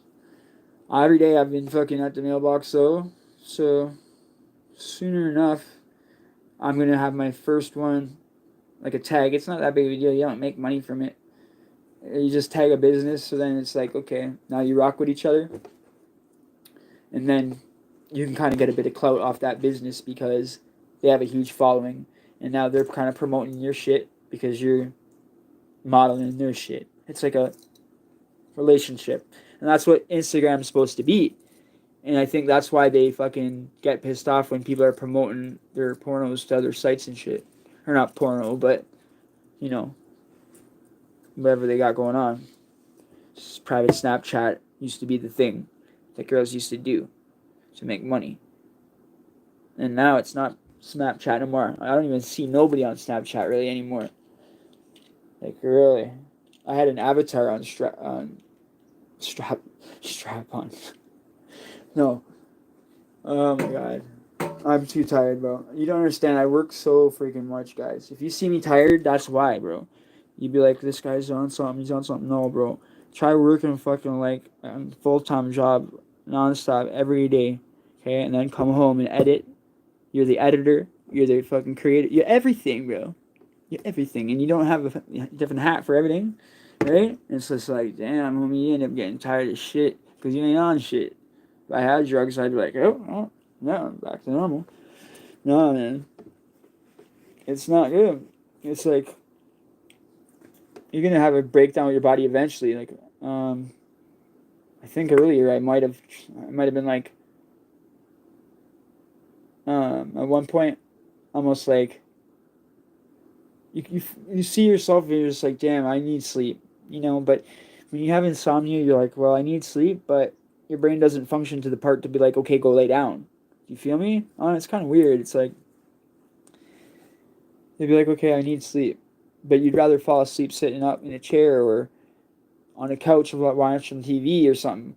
Because as soon as a person with insomnia goes to try to lay down in a bed quietly, close their eyes and go to sleep, that's going to be the hardest time for them ever to get to sleep. They're not going to be able to sleep. They won't get to bed for 20 hours or not even. Because that's when all the shit starts going through your head. Right? I have a lot of big ideas for tattoos. I need someone to help me, though. I need somebody fucking close to me, man, to help me. I have so much tattoo shit. I can't do it on my fucking other arm, bro. You feel me? I can't do no more on here. Well, I can do a little bit more. But my other arm, I need someone to help me, but I can't tattoo left-handed, bro. You feel me? I gotta get help. Whoever can come and help me, as tattooer, we'll fucking tattoo each other up, homie. Feel me? I got 5 tattoo runs, a whole whack of ink, about fucking 100 needles, fucking everything you can think of, machines, all the shit. But I need somebody to help because I gotta get my back done. I gotta get the shit that I've been planning on my whole life. There's no more fucking around waiting, bro. No more procrastinating and shit. That's my problem. I procrastinate too much. Feel me? Procrastinate too much. That's my problem. I gotta stop with that shit. Maybe it'll help the channel if I stop procrastinating shit. Like, look at, I still haven't even changed the pod studio yet. I don't know if it's because I just procrastinate. Like, I want to do it. I think about it all the time. And then I look at it and I'm like, fuck, this is going to fucking be a lot of work. And I got a lot of videos to do and shit. So I'm like, what am I going to do? Stop making videos for 3 days to start doing this shit? Well, I can't really afford to do that right now because... So it's got to be another time that's another off time. So when I'm not doing YouTube, when I'm not doing my real job, when I'm not doing anything, then I got to try to do other things. I love it though. This is like the fastest paced life ever because you're doing things constantly. You don't have time to get in trouble, man. It's just fucking constantly, bro. You're always on something. You're always doing something. Okay, I got to answer these now. The people are going to get mad in the chat at me. Oh, someone told me the other day in the chat the reason they love my channel is because I go back and actually, on the lives, I go back and actually scroll upwards to see who commented when I was talking and actually go back and scroll upwards to see who I missed. So I try not to miss anyone. You feel me? And you know what? That was a nice comment. I still remember that comment because that was such a nice comment. Okay, we're going to go back up here to... The last one I seen, I didn't see that. Yeah, I seen all that. Okay.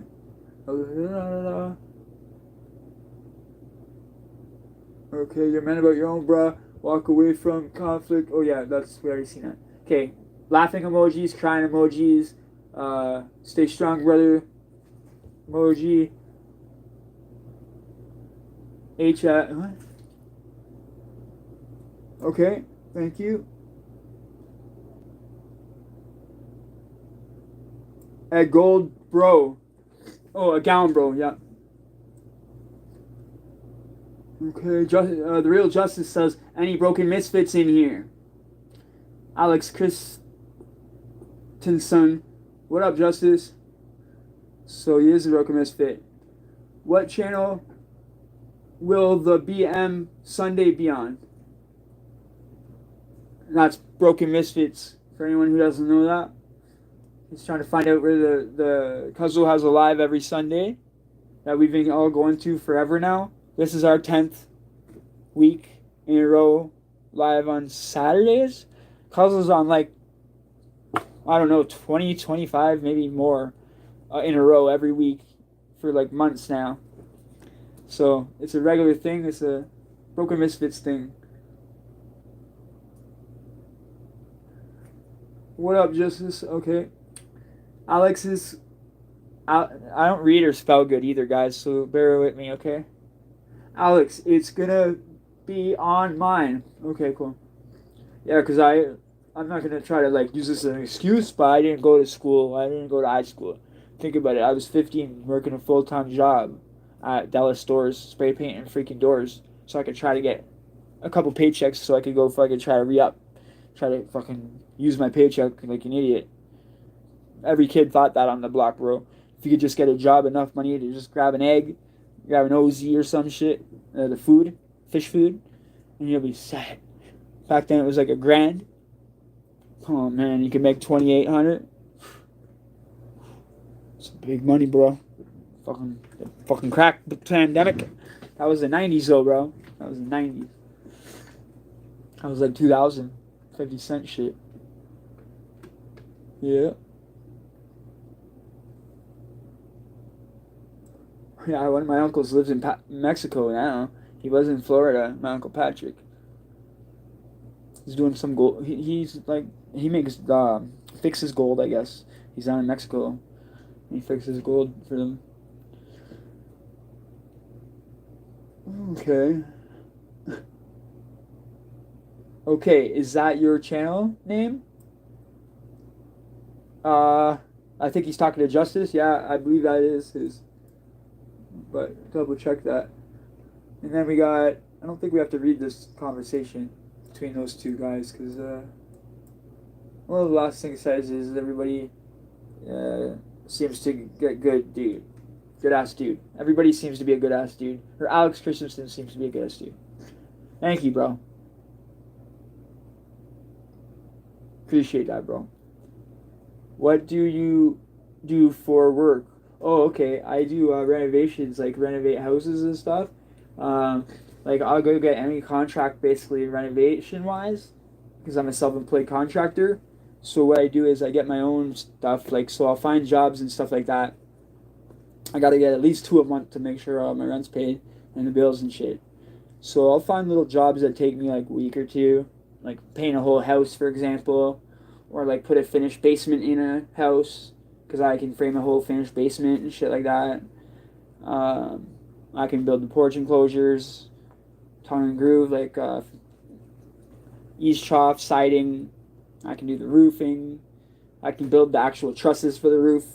Like, they're factory made most of the time nowadays, but I actually used to build them by hand and shit. Build the trusses, you know, the roof peaks and shit. You gotta put those metal things, teeth in them and shit, to make it more stick together than just nails. Anyway, electrical shit that I could do, but usually you can only do electrical on your own house, so it's kind of sticky there. I don't really get to do much electrical, but I can take out light switches and plugs and make them all brand new like I normally do. If it's like if it was a white plug before and it's like brown and ugly looking, when I renovate the house, I'll take out the plug, turn all the power off, and I'll cut the plug out and I'll rewire the plug or the light or the switch, right? Make them all white, brand new. It's only costs like $10 to buy a thing of them at Home Depot, and it doesn't take long, and it's a big help for sell the house after you're done renovating it.